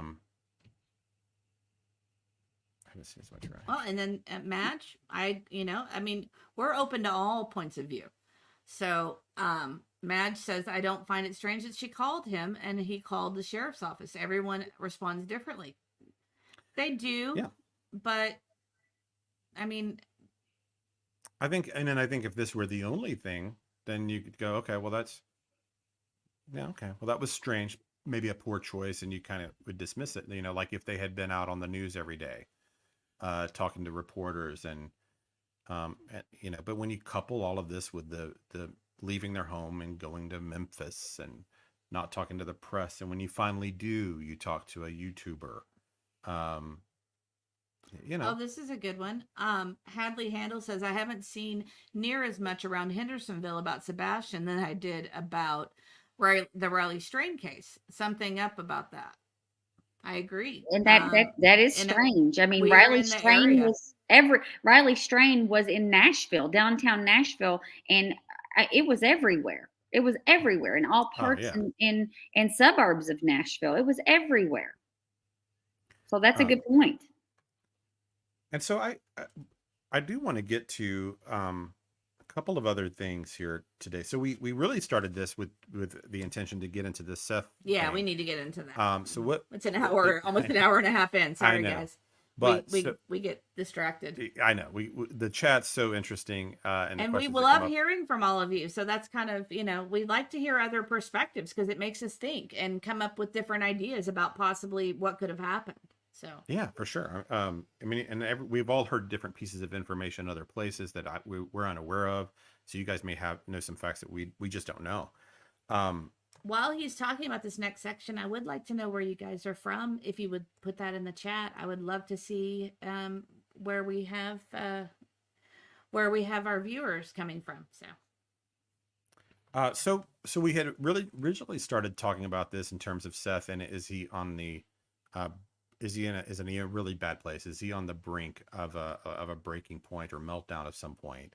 And so he says a lot of really troubling things at times, and um, I just keep thinking if I were in his position, how would I be right now? And I think when you watch him, like you always say, it seems like he's going through the various stages of Oh, grief, yes, I'm and sorry. he's starting to get to, it seems like, this kind of acceptance phase a little bit. Well, I Um, think what I said is that we're watching the stages of grief in real time with Seth. yeah. And it's been heartbreaking. I don't know how you guys feel about it, but it seems that he's gone from hopeful to angry. hmm Um, we've seen him grieve. I mean, it's just we're just watching the whole thing unfold in front of our eyes, and it's sad. and I think he knows that there are people that have the answers. I mean, he says it in that interview. He believes that Katie holds the answers to everything. So and he also says things occasionally, like when he was doing his interview with web sleuths. She accidentally says something about Seth being missing instead of Sebastian being missing, and she like corrects herself, and then Seth goes, "Oh well, I wish it were me that weren't here." And then also in this interview with Bullhorn Betty, he says Mhm. something along the lines of, "Well, I won't. It won't be like. It won't be much longer. Like that he's dealing with this." And he says things of this nature occasionally. So Right. I am worried about his own mental health right now, and like with where he might do, because I mean, it would, when people lose children, you know sometimes that happens with the parents, and they Right. get into that really dark place and they don't see the hope. And I hope that whoever is in his life and around him is recognizing that and trying to take care of him, because I think he's showing some signs of that. And anyway, so I also think about where I would be if I were him, thinking of potential, you know. So we all know the rumors out there, right? So there are the rumors, and we basically try to ignore all of those. But there was the one out there about the gun. So I'm sure everybody's heard the one about the gun at this point, We're and not going to we get didn't. into all that. Yeah, I But didn't even listen to the video, because I see these rumors, and I didn't investigate you that. didn't take the bait. I didn't take the bait. Okay. It didn't make sense to me, so I didn't even watch the video. So I don't know anything about it. But what to me was interesting is that the public did kind of think it was plausible. And I think the reason we think it's plausible is we all see in what a dark place Seth has gotten. Like he's really, that he's not getting answers. Things seem to be going nowhere. The world's kind of against him. Chris bullies him, seems to try to control him. He's not with Katie, who it seems like he really. I think if he had his choice, he would have been back with Katie. That seems to be how he talks. He doesn't have his son. He's he's starting to talk about Sebastian in past tense at times where he wasn't before. I think is starting to set in with him that he may not find Sebastian Yeah, he's alive at just this losing point. hope. Yeah. So I worry that he may do something to himself or to someone else that he thinks may have had a part in his son's disappearance. And I mean, I think a lot of us as parents think, man, if anybody ever hurt my kid, God help the person that did. Right. We all think that way, I think. Mhm. I keep thinking of like the movie Taken, with Liam Right. Neeson. You think the reason that movie was so popular and it resonates so much is if you're a dad and you think of anybody doing anything to your child like that, I think there's a part of us that thinks we'd go into action and forget the laws, forget anything. I'm hell or high water. I'm getting my kid. Right. And I worry that Sebastian, if he loses faith, that there may be justice here, either through the law or not. If he starts to lose faith, I worry what he might do. And I think a lot of us see that, and that's why that gun rumor kind of got around so fast, even though it didn't make a lot of sense. Um, so I don't know. Does that Well, make sense to what I'm saying? it does, and I felt really bad for him. You know, i- Seth has led a lot of people in his life, meeting them through this situation, and it seems like at every turn somebody is burning him. He Oh, gets yeah. let somebody gets close to him, and some creators get close to him, or people to try to get information, and then they turn around as soon as they have something and they burn him. Um, and that's unfortunate. And I think that that kind of pressure would cause anybody to snap, honestly. Yeah. I mean, I don't know. And That's there's why I try to, narratives. There's the narratives too. There's the narratives that certain people are trying to push about him. yeah, about having a hand in Sebastian's disappearance. Is that what you mean? Well, it just depends. It depends on what, it's everywhere. So, I mean, it just feels like that. I don't know. It just feels like that people are trying to, stir up the drama to have Mhm. more information. Oh, absolutely. Yeah. Yeah. I don't know. So I don't know This is if good. if there are people. Okay, want to read? I think Seth should join some kind of support group with parents who have or had missing children because they could help him get through this most difficult time of his life. I think he needs that badly. I think to me he seems very alone. He talks about his family, but they're not nearby. I think a lot of them are in Texas, and I don't. He says he has friends and different things, but I mean, it's when your kid's gone and you've been divorced from your wife, and he's had all this. I hope he's getting some help, and I hope whoever's near that loves him. I hope they're trying to reach out to him and help him with that. I'm worried that I'm just worried that this whole thing is going to escalate. I'm 'Cause afraid you've it's got going to two- blow up in a really bad direction. Yeah, I mean, we've got Chris and Seth. Both are hotheads. I think they both know they're hotheads. I don't Right. think there's any question about that. Anything could happen. I mean, this is the most intense time of their lives, and I hope there's no violence somewhere down the road. But I am concerned that there could be. Well, he mentioned in the Bullhorn Betty interview about having some good old fashioned interrogation from like the Mhm. 70s. Do you guys remember that? So, back in those days, they used to do all kinds of crazy stuff and get away with it, to violate the rights to get the answers they needed. So that was also that kind of. I think we had a disagreement on this, so it might be fun to talk about. So Okay, sure. how did you take that? What How did you did I think take he that? meant by the 70? Because what he said was, if we had like 1970s cop style interrogation and all of this, we might be able to get to the bottom of this. Well, what did you take that to mean? What did I take it to Yeah. mean? I took it to mean that, beating up the witness until they broke. Oh, That's okay. the way I took it. Oh, okay, so we do agree. Oh, okay.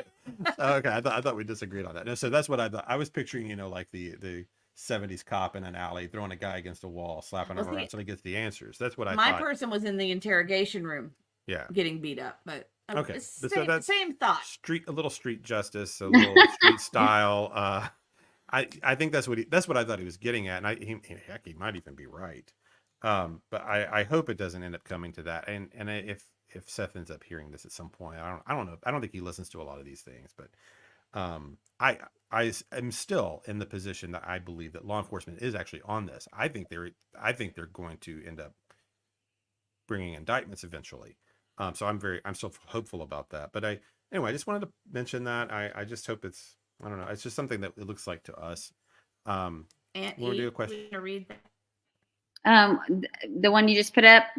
Not so loud. I'm sorry. When you have no hope and you can go down that dark place. Truthfully, I believe a pastor or priest can be so helpful for Seth, not Tony, because power of prayer and faith will give you hope.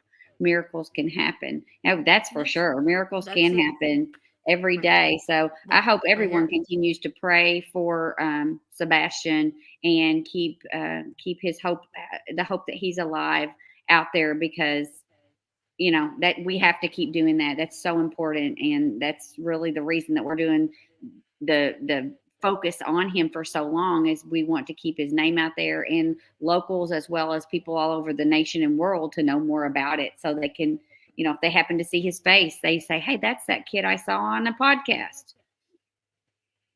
Yes. Exactly. And Elizabeth Meyer says, I think all three are suspects. So does that Yeah. kind of transition into what you want to talk about? It does. That's why I wanted to point this one out. So so when you first start to think that there's foul play here, the three suspects have to be Katie, Chris, and Seth, and then everybody else is like a whole other tier outside of that, right? Even if you don't know anything about the case at all.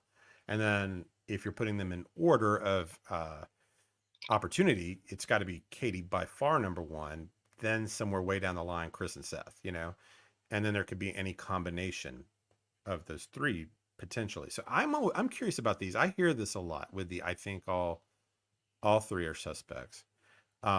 We've talked a lot, on our end about could Katie or Chris be and work, and what their knowledge could be and that type of thing. And but Seth is one we had not really discussed a lot. And I think that's just because I think we had sort of dismissed him as a potential suspect, but there's so many people that have theories that he could be. So another thing Bullhorn Betty got clear with him on their interview was where he was the night that Sebastian did go missing. He was at work starting at, I believe he says 6:30 p.m. on the 25th. And this is at Davidson County Downtown Correctional Facility, which is, if you've been to Nashville, heart of downtown, right off the river. Get that ready. Like if like the nightlife district down there, like Honky Tonk Row and all that, it'd be like 7 or 8 streets away from that. So talking about the heart of downtown is where this detention center is located, right on the river. Okay, we've got it pulled up here. Let me get to it to where we can see. So Mrs. E put together the little map here to kind of give you an idea Of how far, because we have a lot of people from far away that don't know this. So I'm going to zoom out a little bit. So according to the interview with Bullhorn Betty, he's there at 6:30 p.m. Yeah. He's at work until 7 the following morning. Yeah. And he you have the map up, he had a login to the garage yes. when he got there, and then he had a login out when he left his day at work. Yes. And he said he left about 7:30. Yes, and where he's at, I mean, it's like by the I'm gonna try to make courthouse, this it's a little by the bit police bigger. station, like it's all like Law and Order. It's like Law and Order Row right there. Right. Like there's gonna cameras zoom in. and police and all over the place in that It's a that very little busy area. area. Oops. It's not a touristy. There's Nashville, right? Right. Is all in that space. It's like somehow he slipped away from work, maybe Right. on a lunch break, like that he could have somehow Slipped away, Slipped away. kidnapped, or whatever. grabbed, did whatever he did and got back. And So gotten we just thought, all the way to well, their let's house. look at what that would actually mean. Okay, so he's in downtown Nashville. According to this map, you can see heading north towards Sebastian's home. You're going 65 north. Then where it veers off there, it's Highway 174, but locals know it really better as the bypass or Vietnam Veterans Parkway. Right. It just kind of veers off, and it takes you into the more suburban. It's a suburban but bypass basically for people to commute into downtown Nashville. And by this map, it would take you about 23 minutes. If that were at night, that's probably pretty accurate. We do have a lot of construction here. I don't know if that was going on in February. I don't think it was, but there's a lot of heavy construction right now. It was, but it doesn't mean it was going on at night. Yeah, but like right now, it's like one lane kind of construction where it was really slow you down.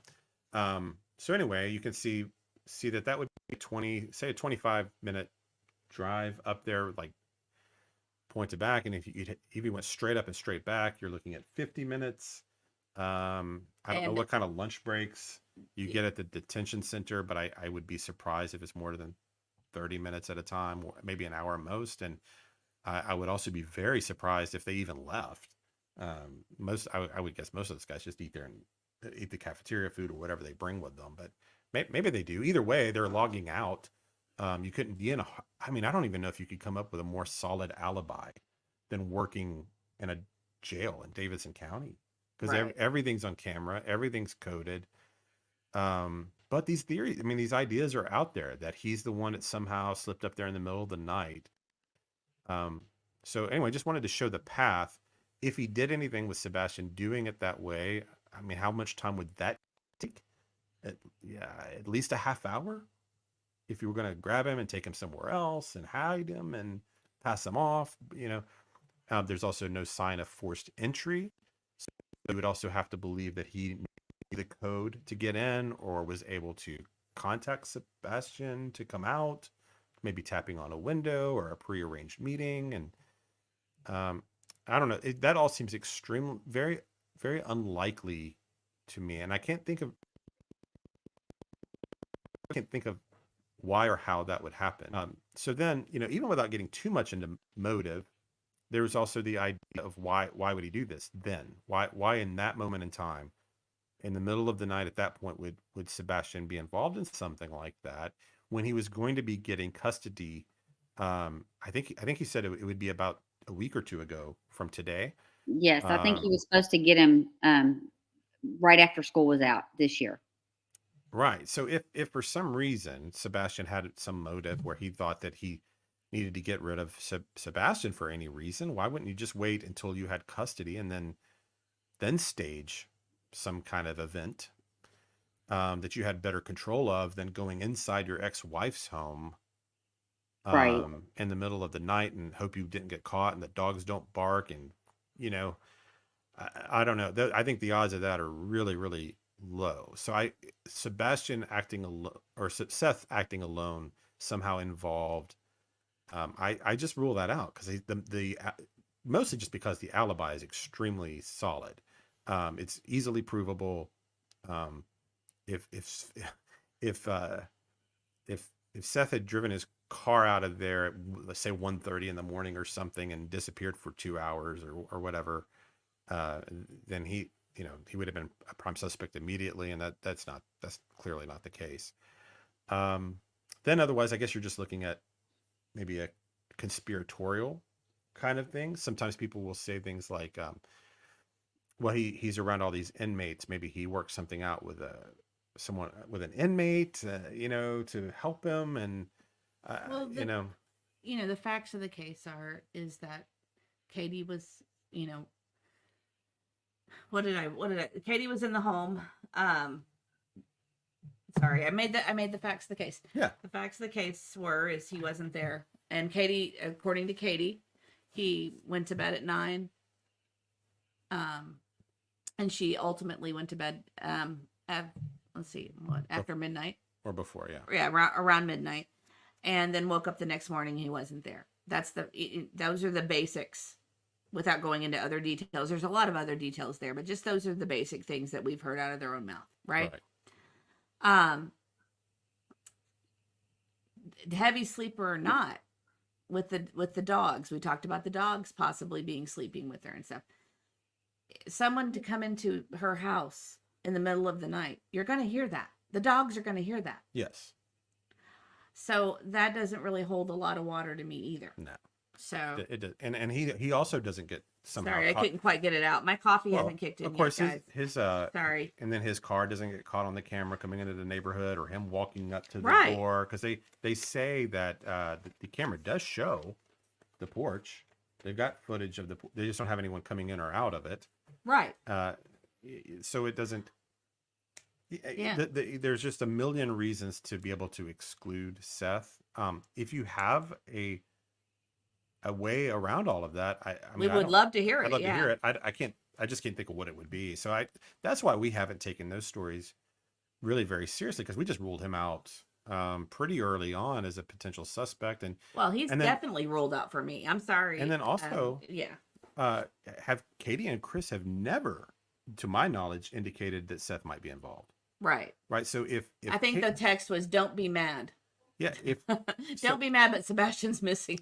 Yeah. tell me this. I mean, that's crazy. Imagine that you're Katie or Chris, and you are innocent, and that you had nothing at all to do with Sebastian disappearing, and say that Seth did. Say that the truth was that Seth did have something to do with it. Well, wouldn't they be asking questions at some point, suspicious of him, kind of saying, "Hey, we've checked into your login at the courthouse, and they're saying you were gone for 2 hours, and where were you at this point in time? Why are you acting this way?" But they're not suspicious of anyone. Mhm. They don't really ever point the finger his way. So that to me, that's also an indicator that even they don't consider him a suspect. So again, we just Now, I don't know. Seth is a brash person. He often says that he likes to be alone and things like that. And again, the same thing we said about Chris. Just because that they're not necessarily our cup of tea or the kind of people we want to hang around with doesn't make them guilty. Right. It's the same. The rule applies to everybody. We're just trying to look Yeah. at the facts of the case and try to figure this out. Yeah. I mean, I just, if Seth were a suspect in my mind, I mean, it wouldn't matter if I liked him or not. Right. I just want the truth. I just want to know what happened to this child. And if he is alive somewhere, That'd be amazing. if so, every day that passes, it becomes less likely that he will survive his situation. Right. If he's not alive, then we just need justice, and that's the bottom. That's all it is. That's all we're doing here. I keep seeing people talk about in the chat, and I didn't see the beginning of it, but I keep seeing people talk about TBI saying that kids from 11 to 17 are at risk of being abducted in our area. I've never heard that, but that doesn't mean it's not true. Oh, TBI specifically mentions Boys boys till 11 11 to 17. and maybe they do. I will say though, that might be downtown Nashville, but where we live and where they live is not someplace you would worry about anybody getting abducted. And again, I think it's if that's what the police believe, if that's what the LE believes, then they need to be alerting parents that there's someone in the Right. area abducting kids. Well, Right. this is his earlier post. Craft Log says TBI had a news conference at how high risk 11 to 17-year-old boys to predators. They are rounding up these predators. So I'm assuming he means online predators trying Well, to of lure. course.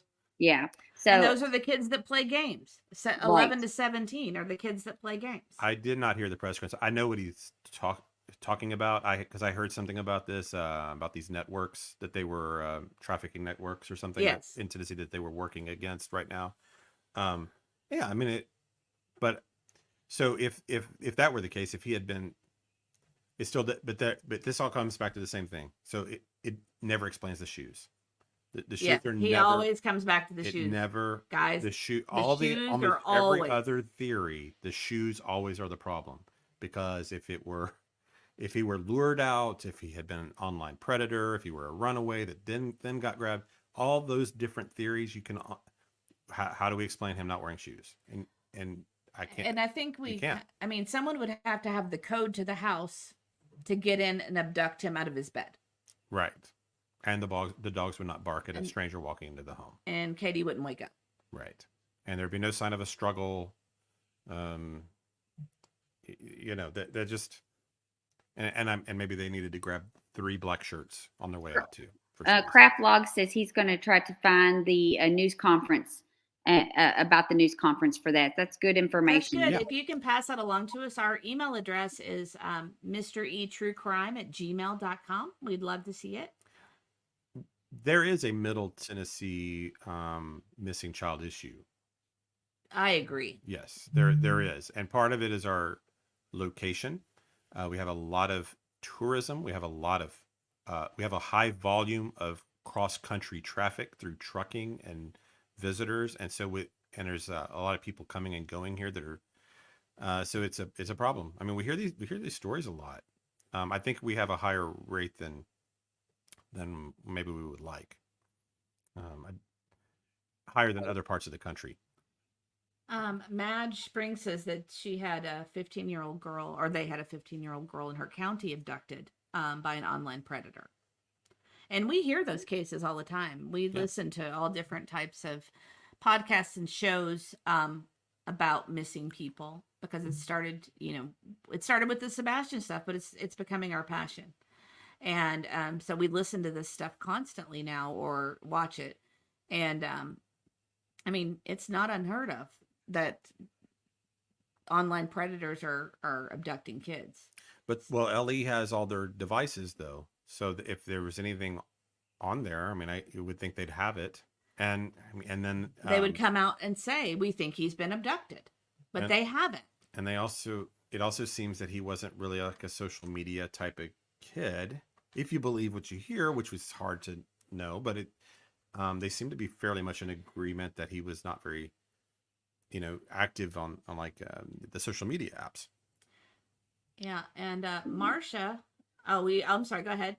I was going to say, Deborah has a good theory here. She said, I believe in my heart someone came to his bedroom window and tapped. Noise was window shutting. Sebastian was excited, snuck out the front door, was lured away, no shoes or things in hand. Seems so simple. Possibly, but I think when we looked at his window, isn't it pretty high up? Yeah, you could. I mean, an adult could reach up there and tap. Somebody could throw pebbles or rocks too. Yeah, it's I mean, not. I It's guess not like a that. I mean, second that's level. not. I mean, It's a theory. I think anything's on the table because we don't get it. We haven't gotten enough information. But they did have. I mean, you'd still have the cameras. Mm-hmm. Right. Oh, that's true. You still have the cameras. See, this is what he does to me all the time, guys. Well, This is well, what he does to me. You still got that Ring camera across the street. Well, Chris did say that their street was, and this was on an interview that I've rewatched today, that the streets there were very, very dark. And a lot of times in the middle of the night, the cameras couldn't really pick up anything but possibly motion or blackness. But he said that that the cameras were not that helpful, no matter how many there were. But I did hear there were lots of cameras at lots of the homes. I mean, that's been verified. Madge said this too, and I have heard this, that it was released by one of Seth's former PIs, that his bedroom light went on at 11:45 p.m. Yeah. And that was seen from the Ring camera footage that the PI saw.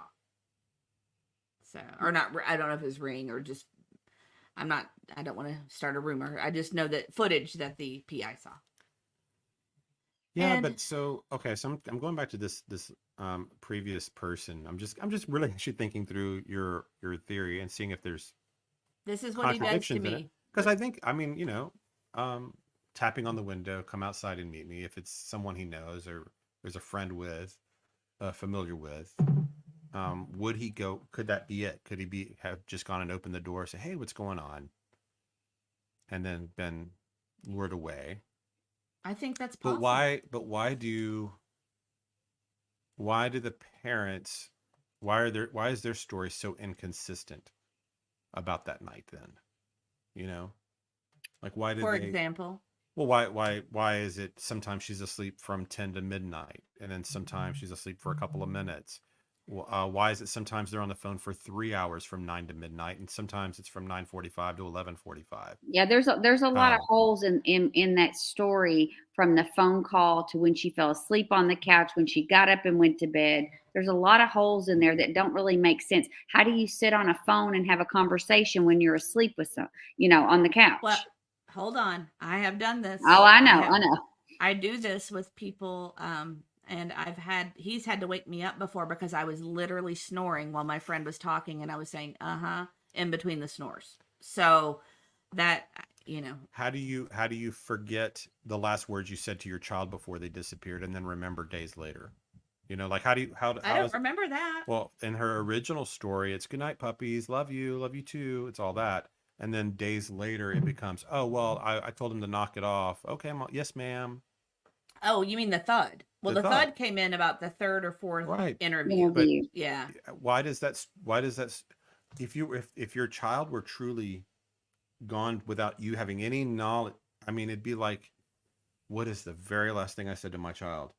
That'd be the most important memory you probably held. It would carry the rest of your life. Right. Would be that last moment. So why is that like something she just doesn't remember until days later? And then, so okay, maybe if he was lured out, why are the parents being so deceptive?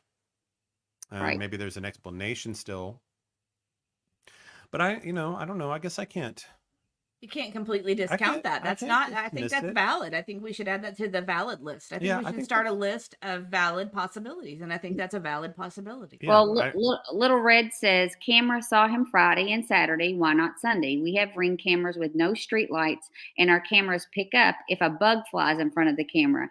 And I know that as well. I have cameras all over, and we will get just in the middle of the night. If a bug flies in front of it, you can see that bug. So that is true. That is also Yes. much, much closer than someone, several yards away. But, We're also- I agree. So also this potential abductor, right? Let's say this person that are they both leaving on foot, or are they getting in a vehicle and driving away? Because a vehicle is going to get picked up by any cameras in the Right, neighborhood. right. So are we going to believe that the two people traveled by Right. foot to the high school or Worsham's down the road or whatever? I mean, that would be Worsham's a good quarter mile away. You know what I mean? No, You I know, mean, where's they're going to be seen by somebody where are they doing where that. are they going after they lure And them out? It's not I getting know caught the by chat's going to cameras. fill up with construction site. But if you've looked at our previous videos, we show you how far away that construction site is and how it's really not plausible for anybody to have pulled a car up there. Right? Yeah. And then why Sebastian specifically? Why is a stranger specifically in the middle of the night going to try to lure him? A You know, child with difficulties and behavior problems. Right? what? You know, But he has if it was, disabilities, and it's where we understand that he has behavior problems. but that he someone has- that's chatting with him online while they're playing video games at his dad's may not know that he has behavior problems. That's And true. I mean, That's a you good know, point. when you meet somebody online, it's an online predator. They're the same age as you, and they're your buddy. You don't find out until they try to abduct you that it's a 60-year-old man or a 45-year-old man or whatever. So I think it's plausible that someone could have talked to him, and then maybe they said, "Hey, it's so and so. I'm outside. Why don't you meet me?" You know, you don't that. I mean, I think it's definitely a possibility, and I think that's a possibility that you can't take off the table just yet. Except, they claim that he didn't have internet access at his house. But he But did he it. did it at Seth's, but he hadn't been at Seth's for a few weeks. But how he would did how would they have been able to arrange a time to meet? on a cell phone, possibly, or But- on But wouldn't that have come up when Ellie searched it? It looks like Possibly. Olivia's found that news conference. Oh, okay. Thank you, Olivia. Olivia, Thank you. You've everybody, been the shout best, out to Olivia. Olivia B. She's the best. Yeah, she's been awesome. She's a wonderful person, and everybody go and subscribe to her channel. She's trying to get started.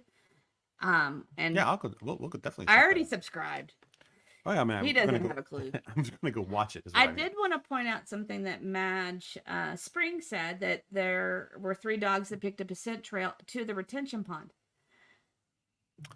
Well, that's We just depends still- on who you believe. Yeah, Chris says this, but the law enforcement does not say this. right. They said that there Um, were 18 dogs that had been in the house and around the house. 3 dogs led to the same path to the retention pond.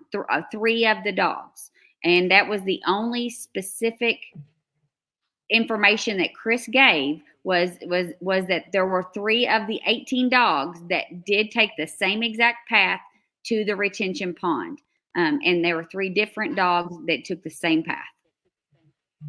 Well, right, but that's the word again. No, and Yeah. he's Ellie has never come out. I, Oh, I'm sorry. That was not I Seth's can't word. find That it. was in the He's interview put- with Chris. I'm sorry. I misspoke. It was not Right. Seth. It was Chris. Right. right. That's Chris, and I think I'm Katie says going something to about look that for this retention pond again. later. Also, I'm going to put this back up. um,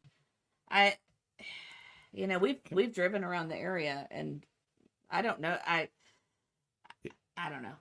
so I just real quick with Maui. What, you wanna go back? Maui girl right there. Maui girl. Yeah. That theory makes no sense. I'm sorry, it doesn't add. I agree with you that theory's not. I guess when I say it's viable, I mean it's a low-ranking possibility in my mind. Like, can I 100% rule something like the I tap don't on the think you can window? roll anything out. Yeah, we can rule things out. Rule Fine. things out. That's what we're doing. We are ruling some things out. To Hendersonville and grabbing Sebastian on his lunch break. We have ruled that out. I mean, So I think he's been off that of my suspect he- list for. he cannot be a suspect any longer. The only thing you could, if you wanted to go other theories with Seth, you would have to be talking a third party with motive and opportunity stuff and motive, or why would you just not wait until you had custody? If you felt like he was, for whatever reason, you needed to any longer for whatever purpose, you would just wait till he was in your. and then set up stage something, right? I mean, And I know do you know that sounds awful. It sounds diabolical to even think these ways. Mhm. But just practically driving up there into his ex-wife's house in the middle of the night and making a move like that's just while at work, just doesn't make sense. Oh, well, there you go. See, good measure. Ellie has it. I actually Stress that remember now that They you're had saying said that the ground under his bedroom window wasn't disturbed and showed. Oh, I didn't know this. Okay, No, so I remember this. Yeah. Ellie has addressed that. They have said that the ground under his bedroom window wasn't disturbed and showed no evidence of being disturbed. Yeah, because it's like a mulchy area, like with like the little, the typical landscaping. They've got bushes around his I part can of the pull house. the video up again if you want. But Yeah, so then it would be what you'd have to. So yeah, I didn't think about that, but that mulch, it would leave tracks if you went walking through that stuff. So you couldn't have just gone up and tapped on his window, and it is a little high off the ground. It's not like you wouldn't have to have a ladder, but you'd be reaching up. You'd have to be in the mulch, no doubt. So yeah, that's probably true. You would have had to have tracked through there. That's a good point. I'm glad you mentioned that. I did not know that law enforcement addressed that issue. So that's good. I mean, it's another thing we can kind of. So now the only way that theory works would be like a pebble at the window or a pre-planned signal. right. And then you're getting back into maybe the runaway kind of planning, and then that comes back to why didn't he wear shoes if he was going to run away? But a spontaneous message And would have been found on his phone most likely, or you would have had to have signaled him on his. You'd have to literally probably throw a rock at the window to get his attention, and his window was caught on the camera, so you can see the lights coming on and off, right? right. Oh, Um, you might have found the way to so, knock that theory out. So the camera's caught. Aw, thank you, Rosebud. You're the sweetest. I Um, appreciate that. Yeah, this has been really interesting. I've been loving this last half hour. You guys have some great thoughts here. Sorry, I'm just looking at some of the. So I know we had mentioned that at some point we were going to do the camera angles from Beach High School. We'll probably do that in another week. We've got a little bit going on this week where we're not going to be able to do Yeah. the Beach High School thing, but we haven't forgotten about that. We'll do that sometime in the future. And if there's anything else after this video's over, if you can leave it in the comments and let us know if there's any other places you want us to drive by that you would like to see, just to get a point of reference for the case. And we're Sorry, gonna let's let Blue Eyes. sure Blue Eyes, 20 years old, Mari Ainge Faith Martinez from Georgia. They found her remains in Chattanooga, Tennessee in January. They just identified her. Sorry for her family. Okay, I don't know the story. Yeah, I'm not.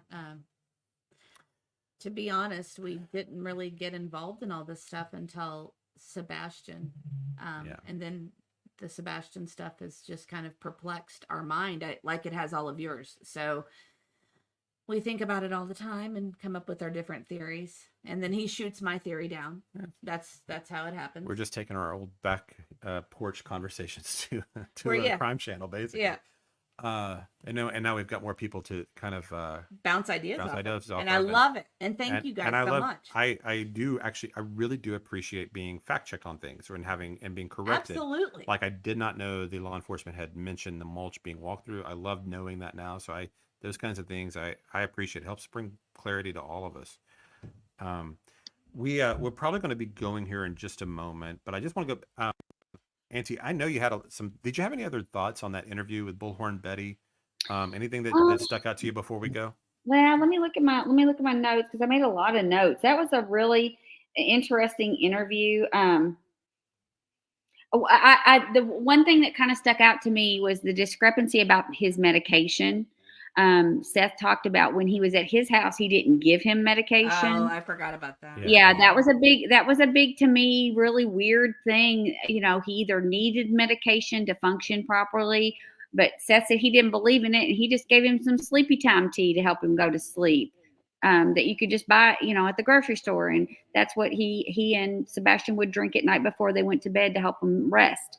So I think there's still a lot. So it's like a Pandora's box. We go down one road and then there's another one and another one. But that's also something that kind of bothered me was the medication and what was he on? How much did he take? Was he consistent in taking it? We do know, he was taking guanfacine and was one of them. But, there's been a lot of, not a lot of specific information about that. Not that that would lead us anywhere, but it could. Well, I mean, we know it's dangerous as parents that have children or a child that is on guanfacine specifically, that it is not something you have to wean kids off of that stuff. You can't just go cold turkey and you don't not wanna give do it to that. them. Well, and so also if you think he might still be alive out there somewhere, he's got out there without his medicine, and so Right. he's gone cold turkey on at least it seems like he's on at least a couple of Yeah. serious medicines. I mean, you Right. don't want to, you don't really don't want to do that. So if that's the case, if he is still alive, then he's struggled, I'm sure, with that transition, because that's tough.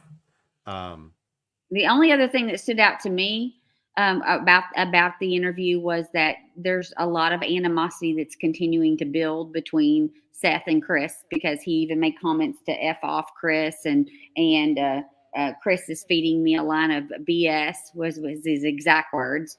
And so I think that animosity is still building, and I think they've got issues.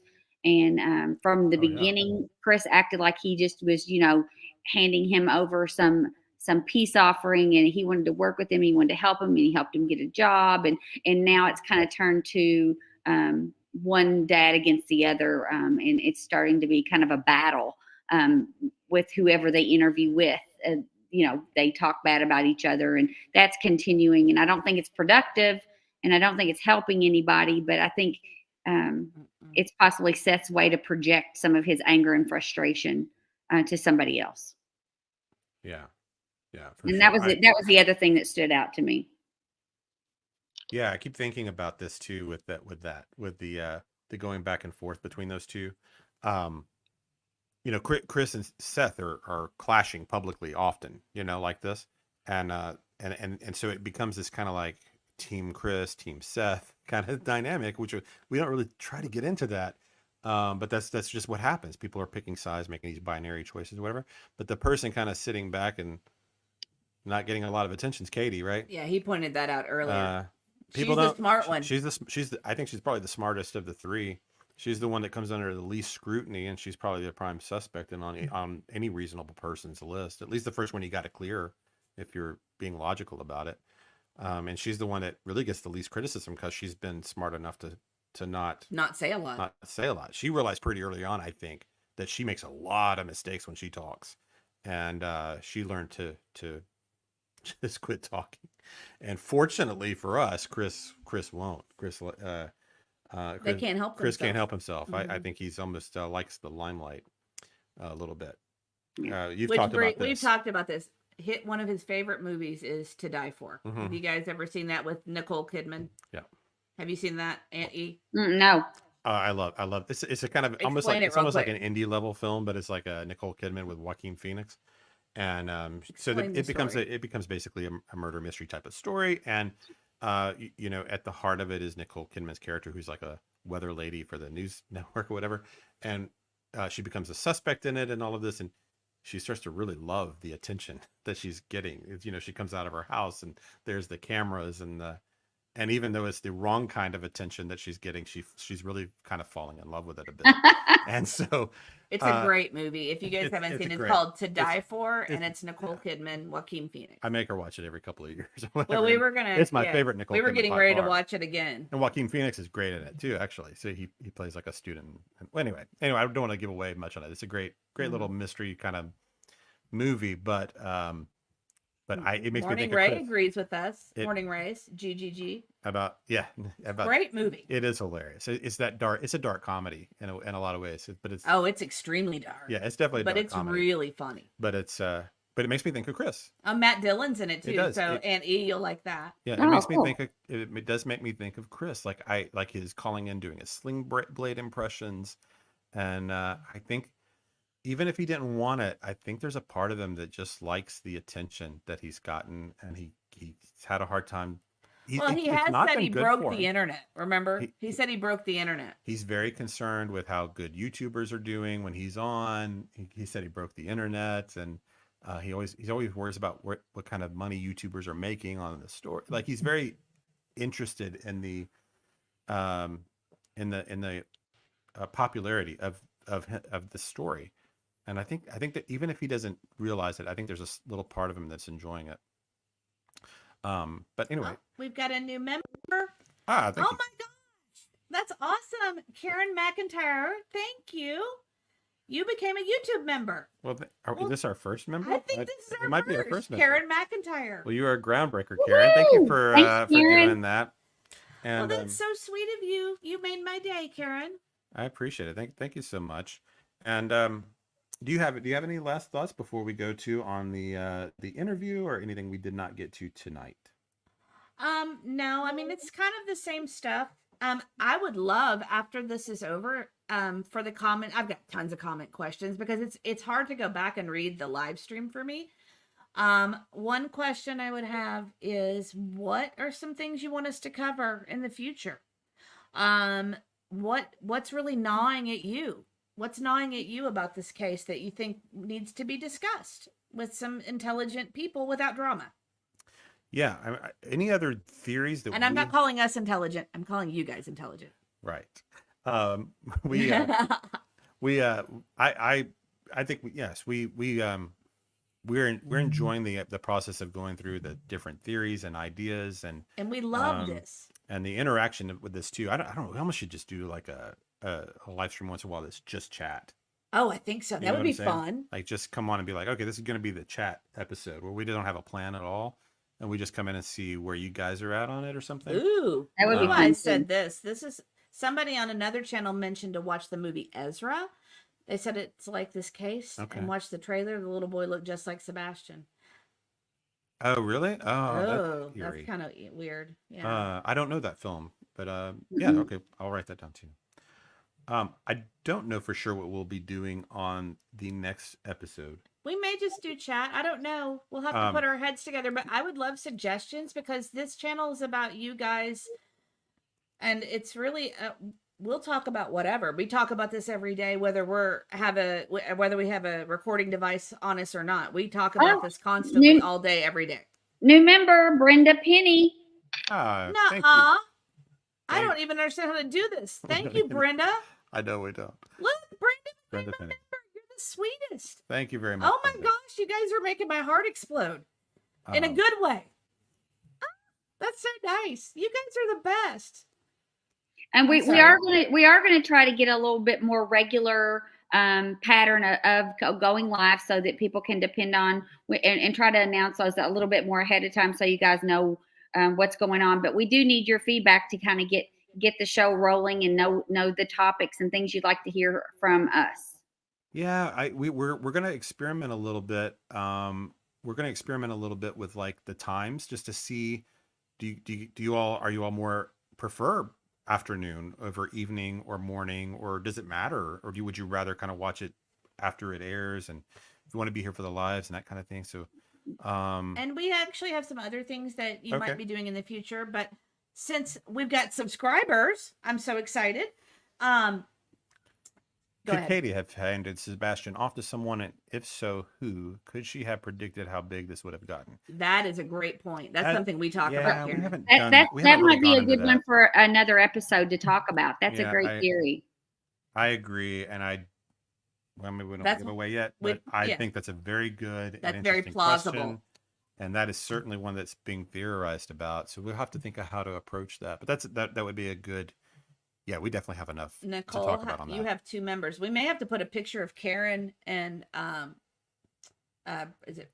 I forgot her name. Karen already. Penny. Brenda, last name Brenda. Penny. Yeah, Brenda. We may have to put pictures of them on our wall. Right. Our kids will be like, "Who are those people?"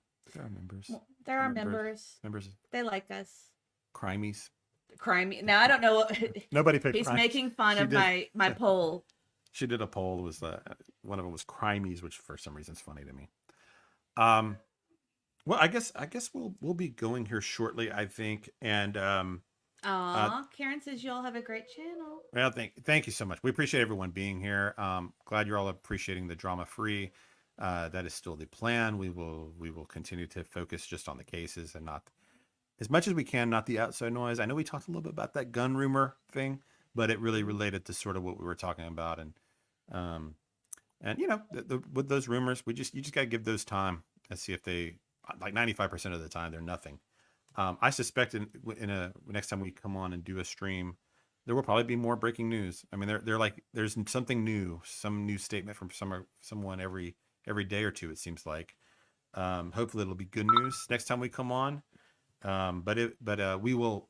I've got some ideas about some other episodes I'd like to do, but we might look love at your this question. suggestions because we want this channel to serve you guys, and we all want to work together to see if we can figure this out. So please let us know.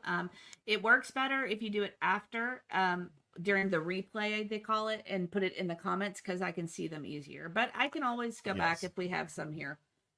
So, someone said they would also like maybe a live about an autism live for people to try and understand the complex needs of autistic children. So that would even be something we could kind of do an offshoot on at some point.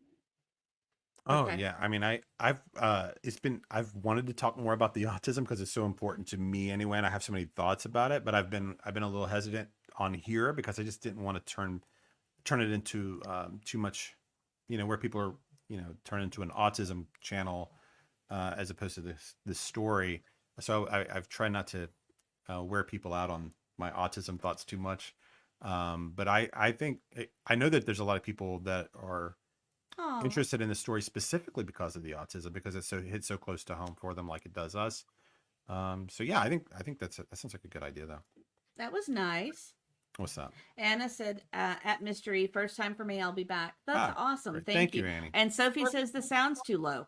I have to be honest. We have tried to figure the sound stuff out. We have multiple microphones. I don't have enough USB ports, so we're going to buy a USB extender to try to be able to each have a microphone, and maybe we can encourage Aunt E to not use her computer microphone, and we can get it all level.